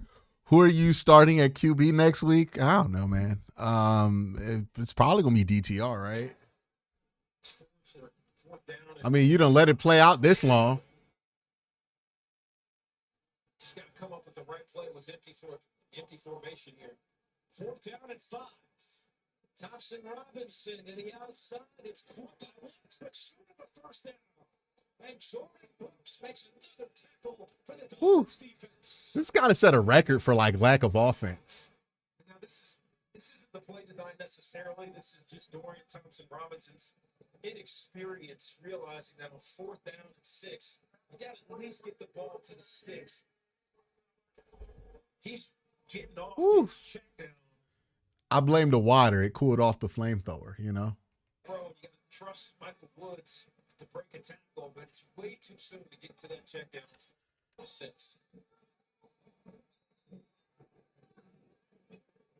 So Miami now with 3:56 to go. Bro, they're going to need this shit out and just kick the field goal, right? Huge game next week at MetLife Stadium. On the ground here with Jeff Wilson. And Diabate makes the tackle. And Kevin Stefanski. All right, so it looks like the Browns going to have the number 3 pick. Question now from Miami is will Tua Tagovailoa be able to get back on the field next week for their Week 18 game against the Jets? It's a huge question mark. It's got to set a record for like be able to handle business and win that game. But for the Miami Dolphins, get into the playoffs, the slim chance they have, get Denver to come up with a victory. I mean, if you get the Chiefs to come up with a victory over Denver in that Week 18 game, you're going to need Tua in that lineup. And hey, credit to Mike McDay on this team. Tua goes out with an injury early. They don't start the season the way they want, and they're finding ways to win down the stretch. Huntley throwing on 2nd and 9. Tyreek Hill has another catch. Gets away at the 10, and Hill down to the 6-yard line. 9 targets today for Hill. 9 catches for Tyreek. That's an aggressive snatching the ball out of the air in his hands by Tyreek Hill. Huntley gets it on time. He snatches it and goes. Just shakes Juan Thornhill. It's an unfair matchup for Juan. Browns call their 2nd timeout. As you see, Are we preserving time? Inbounds. Another look at the AFC playoff picture. Denver a winning in game next week against the Chiefs. Miami will have to beat the Jets and hope that Denver loses, and the Bengals, who will play the Steelers, still alive as well for that final playoff spot in the AFC. And I got to imagine those teams in the AFC are kind of whispering each other, man, don't let the Bengals in. When you watch what Joe Burrow, Jamar Chase, and T. Higgins, what those guys are able to do, I don't think any team wants to get a matchup with that offense in the playoffs. Jeff Wilson, the running back. He takes the handoff. Oh, Isaiah McGuire. Isaiah McGuire in that Browns defense. Meanwhile, you think about some of the other results today as we keep talking about the playoff teams, but the Browns, if they don't come back, will go to 3-13, and they're going to be in the mix for a very high draft pick after the Giants win earlier today against the Colts. Yeah, there's so many conversations now happening, especially local radio here in Cleveland, about what the Deshaun Watson restructure means and who they're going to bring in for competition. They get to that position. Are they going to draft a quarterback in the 1st round? So there's a lot of conversations. And Myles Garrett earlier this week said he wants to be involved. He wants to know what the plan is, particularly at quarterback. 2nd and goal. Huntley throwing. That one's got touchdown. Touchdown. And touchdown. He ties. All right, so the Browns going to have the number 3 overall pick.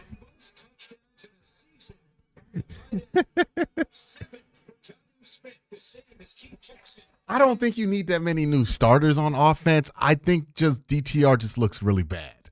Like, he's just really bad. Because the offense was moving the ball quite well when Jameis was out there. I just think DTR is just significantly worse than Jameis Winston. Did he fumble that? The Tennessee Titans version of Jonnu Smith. A lot of catching one plays, getting the ball in his hands quick. Oh, did he fumble that? Hey, was that a fumble? He has an ability to make guys miss and run through tackles. I say I ain't going to look at it. Tyler Huntley is 22 of 26 for 220. We let him slip away, y'all. We let him slip away. And that's why when we talk to Mike McDaniel, you've heard him talk about why he was able to supplant Skylar Thompson as the backup quarterback and Tim Boyle, who they released. It's because he's a leader. He knew he could come in, comprehend this offense as he's done over the last 3 weeks after getting here earlier in the season, and be a capable backup. Shouldn't be called on. And today he's been great. Only 4 incompletions, 225 yards. That last touchdown. He also rushed for a touchdown as well, and has led this team in rushing. So Tua Tagovailoa, who's been fantastic when he's been healthy for this team, goes out. And Tyler Huntley comes in, and they don't miss a beat. It wasn't as pretty as it was with Tua Tagovailoa, but it was effective enough to get a victory on the road against the Browns and keep the playoffs still in the picture for this Dolphins team. It's cool to see his development within this offense. When he got there his first game against the Tennessee Titans, they have multiple illegal formations with all the shifts and motions. And he said to us last night, it's night and day from when he first got here, where he finally got to dive in and learn the offense opposed to getting. So if you're a Browns fan, you're wondering what games matter next week. Obviously, Browns versus Ravens. If the Browns lose versus the Ravens, which, I mean, the Ravens still need to win that game, so we're probably going to lose that one. Then the result of Buffalo versus New England and New York versus Philly. Now, there's a chance that based on the results of tonight's game against Washington and the Falcons, so if the Falcons win, then Philly has no reason to play. Well, not the Falcons. Hold on, let me go back. Yeah, Monday Night Football has a lot to do with it, right? So if the 49ers win, and if the 49ers win, or if the Falcons win or lose to the Commanders, then all of a sudden the Eagles have to play Week 17, which means that the Giants are definitely losing. If the Giants lose, they would get the second pick. That wouldn't really affect the Browns if the Browns also lose. And then we're talking about the Patriots. If the Patriots lose to Buffalo, then that means the Browns would get the number 2 overall pick. The Patriots get the number 1. If the Patriots win, then the Browns would get the number 1 overall pick. So the Browns are in the mix for the number 1 overall pick again. Q, after your Sanders deep dive, no way would he be any different to this. He would be better than DTR, but I don't think he would be a franchise guy immediately, no. Mason Graham is the pick. Go get O-line in the second round. If you want Mason Graham, you might be able to trade back for somebody in the top 10. Dorian Thompson-Robinson, a.k.a. doesn't throw the receivers. There's a lot of ways you can shake it up with him. This is the first time that we've had a chance to call a Browns game. I don't think I'll ever come to a game here at this stadium and not think of Jim. So we're thinking of Jim today and always.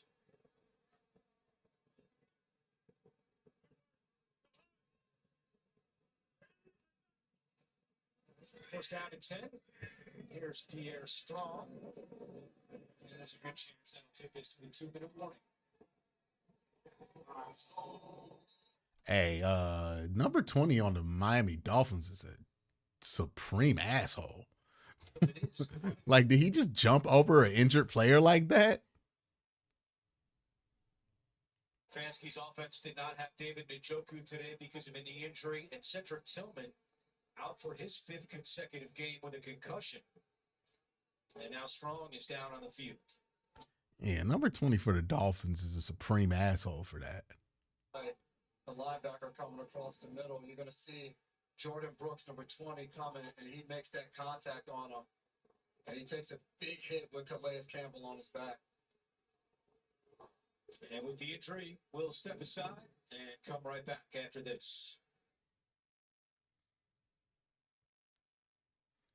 And we're down to 1 running back. Good thing the game's about to end. Oh, yeah. Browns lose to Baltimore. And the Patriots lose to if the Patriots lose to New England, I mean, not New England. The Patriots lose to Buffalo. And the Jets lose to Miami. All this basically goes down how you think it does. Then the Browns could be the second overall pick. Well, hold on. Tennessee. Tennessee loses to the Texans. Then the Browns will be the third overall pick. If the Tennessee Titans win Sunday and the Patriots win, then the Browns get the number 1 overall pick. So if you want the Browns to get the number 1 overall pick, you got to root for the Patriots.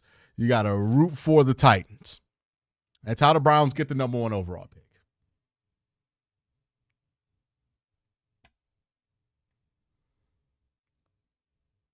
Yeah, because the Giants, it doesn't matter if they win or lose.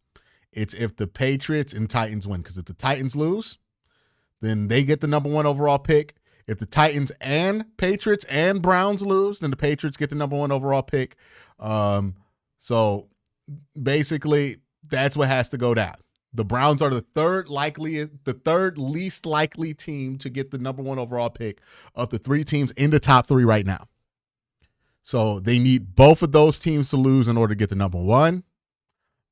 If you want the number 2 pick, if you're the Browns, right, then you just need one of those teams to lose. You will become the second overall pick.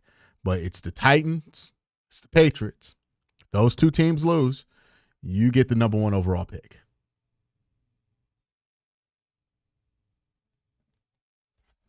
On us. That's up to $2,000 in value, only on Verizon.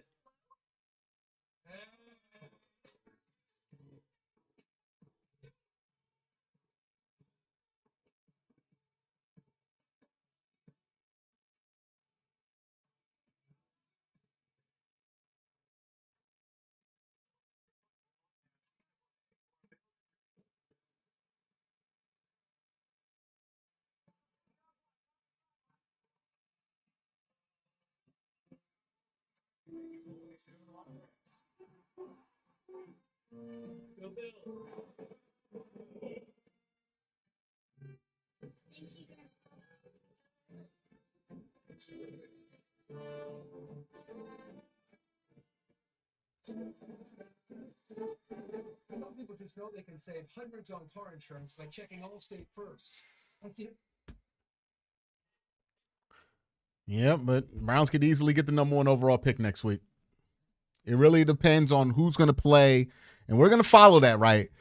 Because, look, I do not think if the Texans, because the Texans next week, they don't have any incentive to play their starters. They're going to be the 4 seed no matter what. So the Texans aren't going to play their starters, and I'm going to tell you this right now. The Texans are not good enough to win without their starters. So the Titans can easily win that Texans game. The Patriots versus Buffalo, like Josh Allen is not going to play in that game. Again, it doesn't matter if they win or lose. They're going to be the 2 seed. They're going to be the 2 seed because even they would need the Chiefs to lose 2 games, and the Chiefs can only lose 1 game. So the Chiefs got the 1 seed locked up pretty much. They can't lose it. And that means this game doesn't matter to Buffalo. The only team in that bunch of 3 that's playing a team that needs to win is the Cleveland Browns. Like straight up.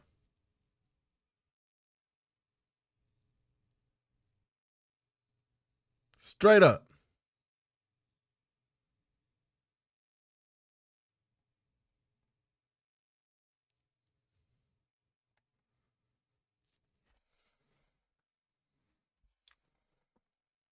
Week 18.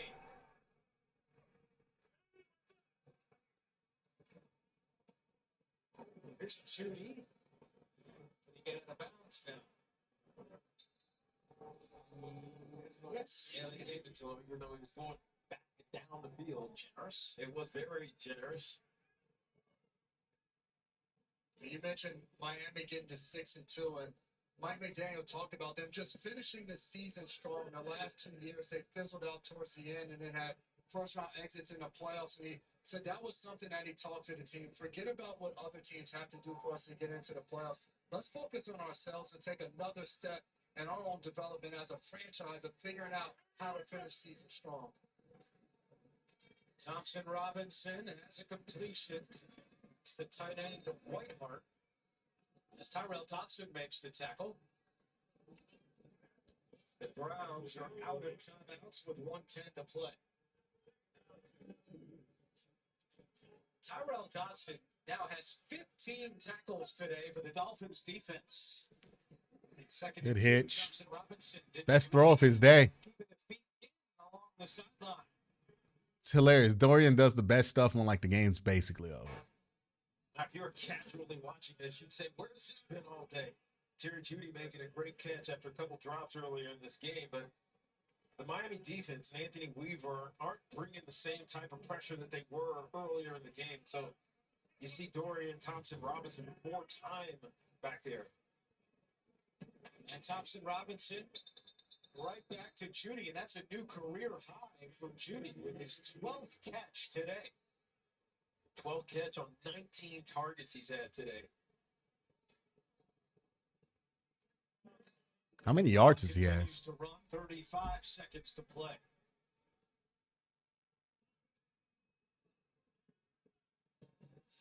Thompson Robinson, and he had an open man in Akins, but overthrows him. Let's see where Kevin Stefanski wants to go next week. Does he give Thompson Robinson another start, or do the Browns want to see if Bailey Zappi should get a chance in Week 18 against the Ravens? One of the things Jason and I talked about was how different all of these quarterbacks are. From Deshaun Watson, who's out with obviously an Achilles injury, but Jameis Winston. Oh, Jerry Jeudy got 94 yards receiving. They're all very different, so it makes it challenging from a play calling standpoint. Off the hands and incomplete. Michael Woods, the third-year man out of Oklahoma, could not hold on, and it's 4th and 6. And Stefanski did tell us Bailey Zappi picked up this offense in about a week or less when he first got here. Now, obviously, Bailey Zappi was with the New England Patriots in the preseason, and Alex Van Pelt was their offensive coordinator, who was here in All right, 4th and 6. Let's see how this game ends.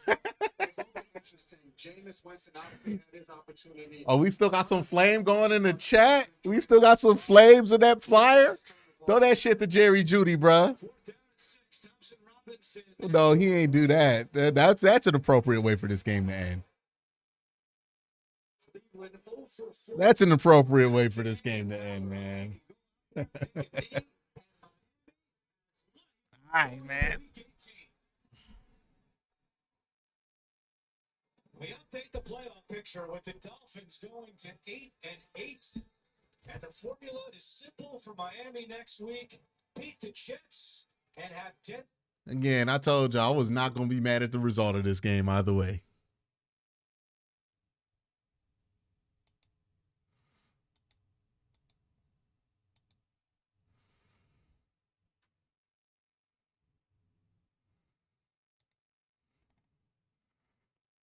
At least Jeudy hooped. What that make Jeudy got? Jeudy got over 1,100 yards now. He almost at 12. Good shit, Jerry. Good shit. Good for you. Good for you. Hey, man, again, people like using, oh, well, he drafted DTR as like a deterrent to say that the Browns shouldn't draft the quarterback or that we shouldn't trust this. It's a 5th-round pick. We cannot make judgments off of what a 5th-round pick did or did not do. That is just a bad way to go about things. Like, it's a useless piece of information.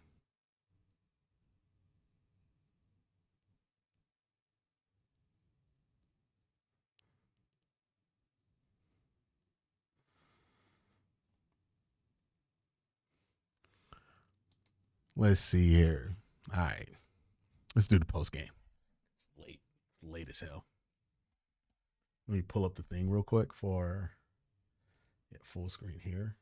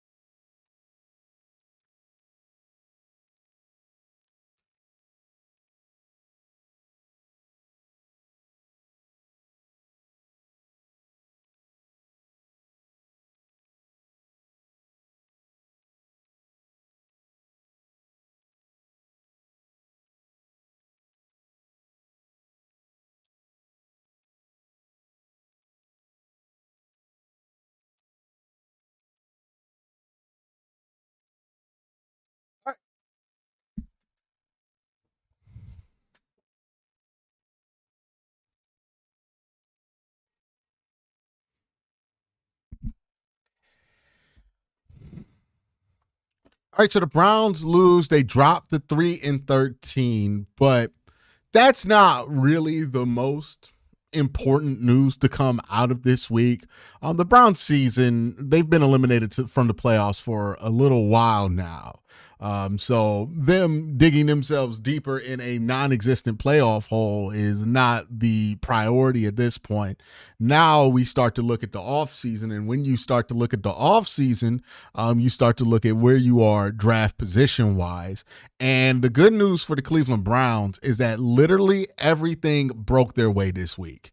Right now, as it stands, the Browns are the owners of the 3rd overall pick. Now, I think that's a great spot to be in. If you're the Cleveland Browns, is to be the 3rd overall pick, because somebody's going to go crazy for a quarterback. You can get the best or one of the best position players in the draft just by sticking out there at the 3rd overall spot.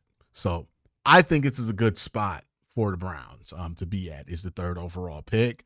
But you can get even better than that, right? So if you're a Browns fan and you're wondering what you need to watch going forward next week, it's very simple.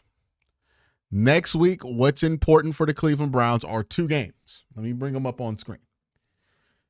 2 games, because it is about the Houston Texans versus the Tennessee Titans and the Buffalo Bills versus the New England Patriots, and then obviously the Browns versus the Baltimore Ravens. Now, Texans versus Titans. That's the one where I think it's likely that the Titans can win. The reason I think that is the case is simple. The Texans have no incentive to play their starters. If they win, they're going to be the 4 seed. If they lose, they're going to be the 4 seed. They're going to be locked in to the 4 seed no matter what. So that means that they're going to play their bench players. The Texans' bench players are not good enough to beat a team by themselves, right? That means they're going to be playing like Tanner McKeesacks or whoever it is that they got going on back there. I think Davis Mills. We've seen what the Texans look like when they don't play C.J. Stroud. They're not a very good football team. The Titans are probably better than the Texans without their backup. So let's say the Titans win. Then we go to Buffalo versus New England. Again, Buffalo has no incentive to play their starters this week. They're going to be the 2 seed no matter what. The division race is not in jeopardy. They're going to be the 2 seed no matter what. They could play Josh Allen. They could decide to blow out New England, but there's a chance that they don't decide to do that, and New England does win. And if the Browns lose against the Baltimore Ravens, who do have to play this week, right? Because in order to win a division, they got to beat the Browns. And depending on how the NFL schedules this game, they're going to have to play it like a playoff game if they want to win a division at least. This is the difference from them being the 3 seed and the 6 seed. So they're going to want to win this game. So they're going to play their starters this week, more than likely, which means that they're probably going to beat the Browns by a significant margin, more than likely. And that would give the Browns right there, that scenario, just those, that's it. Just that would give the Browns the number 1 overall pick. Now, what happens if the Browns win against the Baltimore Ravens, right? Let's say they win, then they jump all the way back to 7, right? Let's say everybody else loses in front of them. Then they jump all the way back to 7. So it's not likely they win next week. If the Titans and the Patriots both win next week, though, the Browns will get the number 1 overall pick. If just one of those teams wins, the Browns will have the number 2 overall pick. And if both those teams win, the Browns will get the number 1 overall pick. Or if both those teams lose, the Browns will get the number 3 overall pick. That is how it's going to line up, right? If the Giants win or lose next week, it doesn't matter. If the Giants win or lose, doesn't matter as long as the Browns lose. So that's what's going to happen next week. The Browns are highly incentivized to not win this game next week. And the Ravens are highly incentivized to win this game by 1 million next week. So you can guess what's likely to happen there, right? Especially if the Browns play DTR again. Who DTR in this game, I just have to say, might have played some of the worst quarterback play I've ever seen, like in the Cleveland Browns stadium. And that covers a lot of ground. But like I'll preference this by this. I've never seen a quarterback play that bad and like have started more than like 2 games. Like maybe I just wasn't aware of how bad some of these other guys were, but boy, they look hopeless with them out there. And like I'm not convinced that Bailey Zapp wouldn't be a significant improvement over DTR. It's that bad with them, right? So the experiment with DTR, I think, should be done. He shouldn't be rostered next year. I don't believe in the kid as an NFL player right now after how he's looked here. If he catches on somewhere else, God bless him. But as far as like me wanting the Browns to invest more time in him as a prospect, yeah, absolutely not. I'm good on that. I'm good on that. But where DTR can be useful is if you're not trying to beat the Ravens, you can play DTR. And you're not going to beat the Ravens. Now, look, I don't think you have to try to not beat the Ravens. Like, I think you can very well try to win that game and still lose against the Ravens. But that's what is the stakes there, right? You want Tennessee to win, and you want the Patriots to win. Now, if the Browns get the number 1 overall pick, what should they do with it? Should they sit there and make a selection? Should they trade back? What should they do? Well, if you're the Browns, what you're going to do with the number 1 overall pick is probably trade it. Now, if I'm Cleveland, I'm trying to trade this pick to New York. Now, you're going to ask me, hey, Quincy, why would New York trade for the number 1 overall pick when they might have the number 2 overall pick? More than likely, we'll have the number 2 overall pick. The worst pick they can have is like 7. Well, the reason I think New York would want to trade is because of the Raiders. The Raiders will be sitting here at 7 or where else? Yeah, the Raiders will either be sitting at 10 or 7. That's the best their draft position can get. 10 or 7. 10 or 8, my bad. And they're going to want to get a quarterback. They like Shedeur Sanders. They probably would like Cam Ward too. They are definitely the team that's going to do something stupid for a quarterback.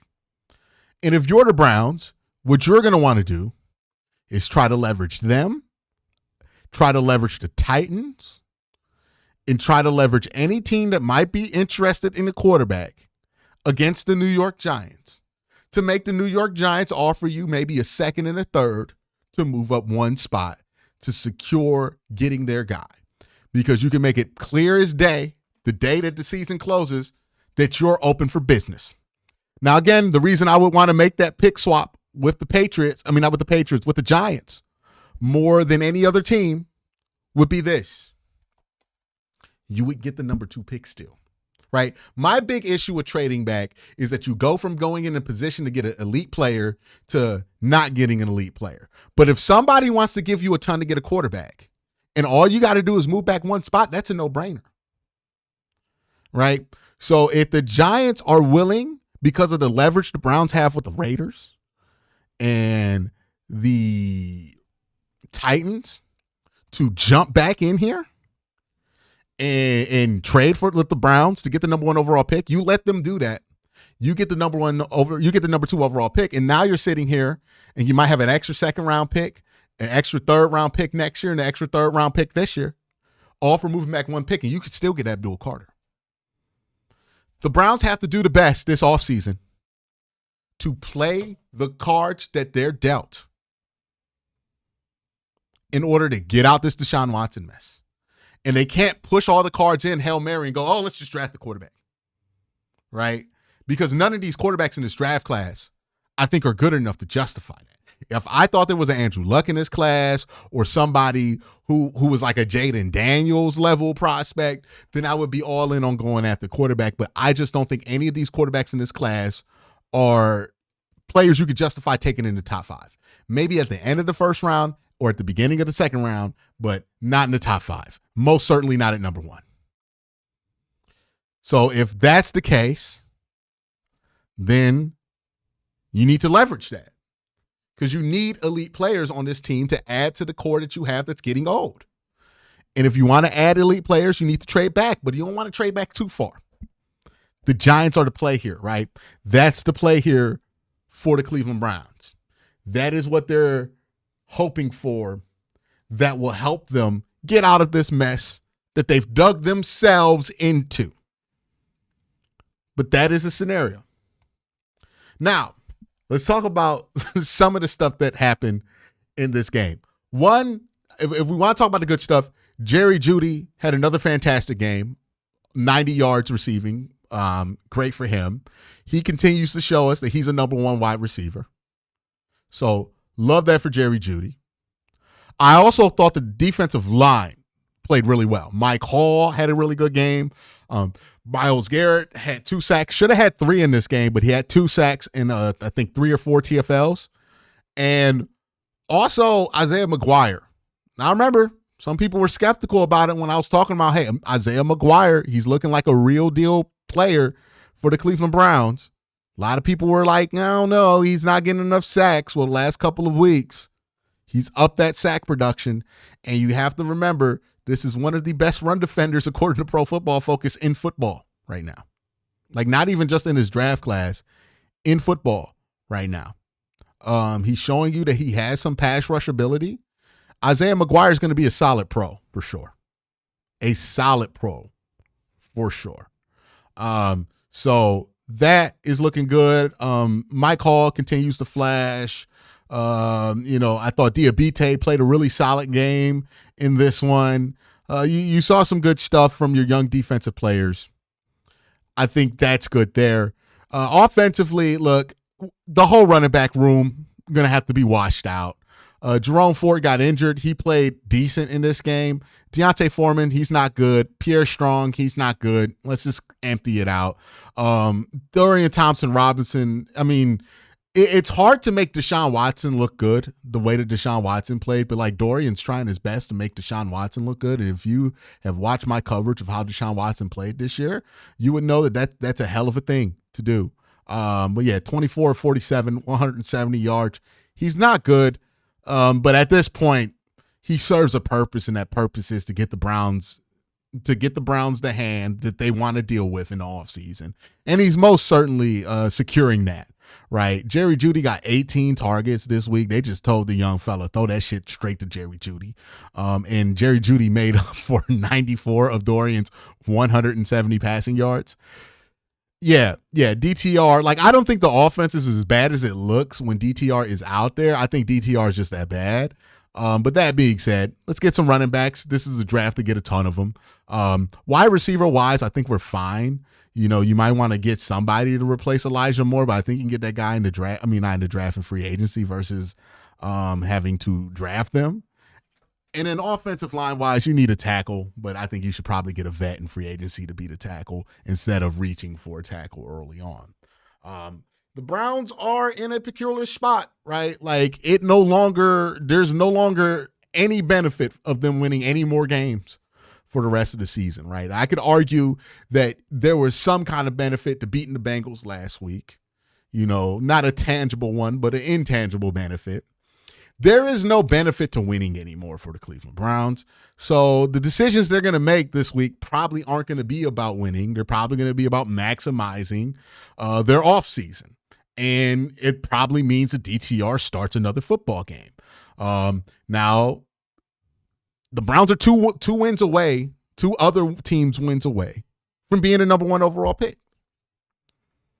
And they can leverage that to get what they want.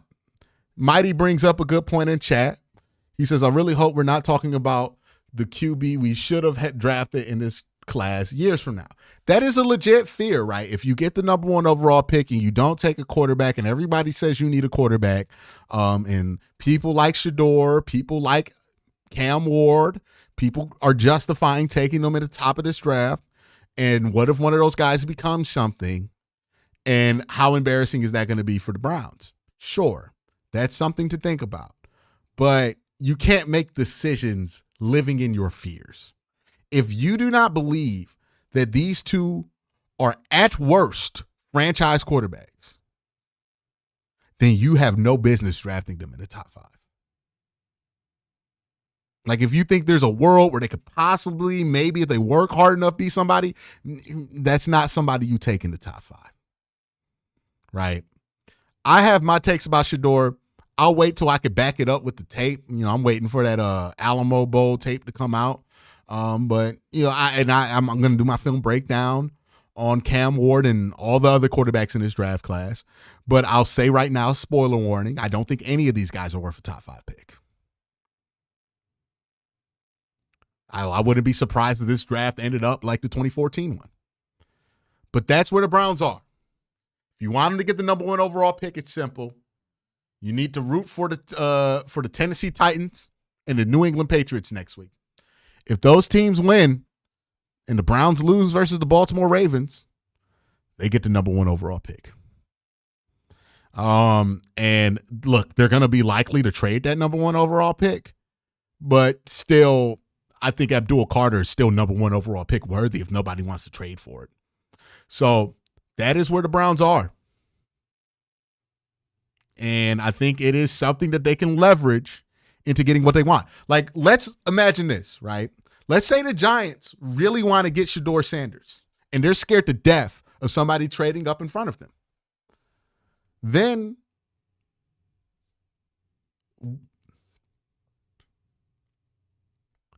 it would be really easy for the Browns if they traded with the Giants, got an extra second-round pick, to then say, hey, now we could take whoever falls in the second round. Or maybe you like Jalen Milroe, and that's the sweet spot for him. Or you get an extra third that makes it easier to trade up into the second. There's a lot of different things that the Browns could do, right? But I don't think the answer at quarterback is going to lie with their first pick in this draft. Maybe with their second, somewhere in day 3, but you're just going to have to figure out a different way. Y'all have a great day. I know it's been a long season, but it's almost over. And we're probably going to have the funnest offseason that we've had in a while, right? Because the Browns are going to have to do a lot here, right? We're going to see if they're going to keep the coach and the GM and live up to all the stuff they've been saying. We're going to see if they're going to make any changes to the coaching staff. We're going to see if they're going to make changes to the Browns roster. And the draft is definitely going to be interesting. All eyes are going to be on Cleveland in the offseason. And hopefully that can translate to the eyes being on Cleveland in the postseason in the future. It's been a long season, but always remember, in the NFL, you're never as good as you think you are, and you're never as bad as you think you are. And hopefully, sooner than later, we're thinking about the first part of that sentence more than we're thinking about the second part of that sentence. Y'all have a great day. Have an even better night. Peace. We got some super chats that I wanted to get to. Sly says, watching DTR piss everybody off and win next week. Dude, beating the Ravens when they're playing Lamar Jackson. Like, even if the Browns had a good quarterback, that'd be a tough win. Jonathan Null says, happy holidays, Q. Look at the draft position. Absolutely.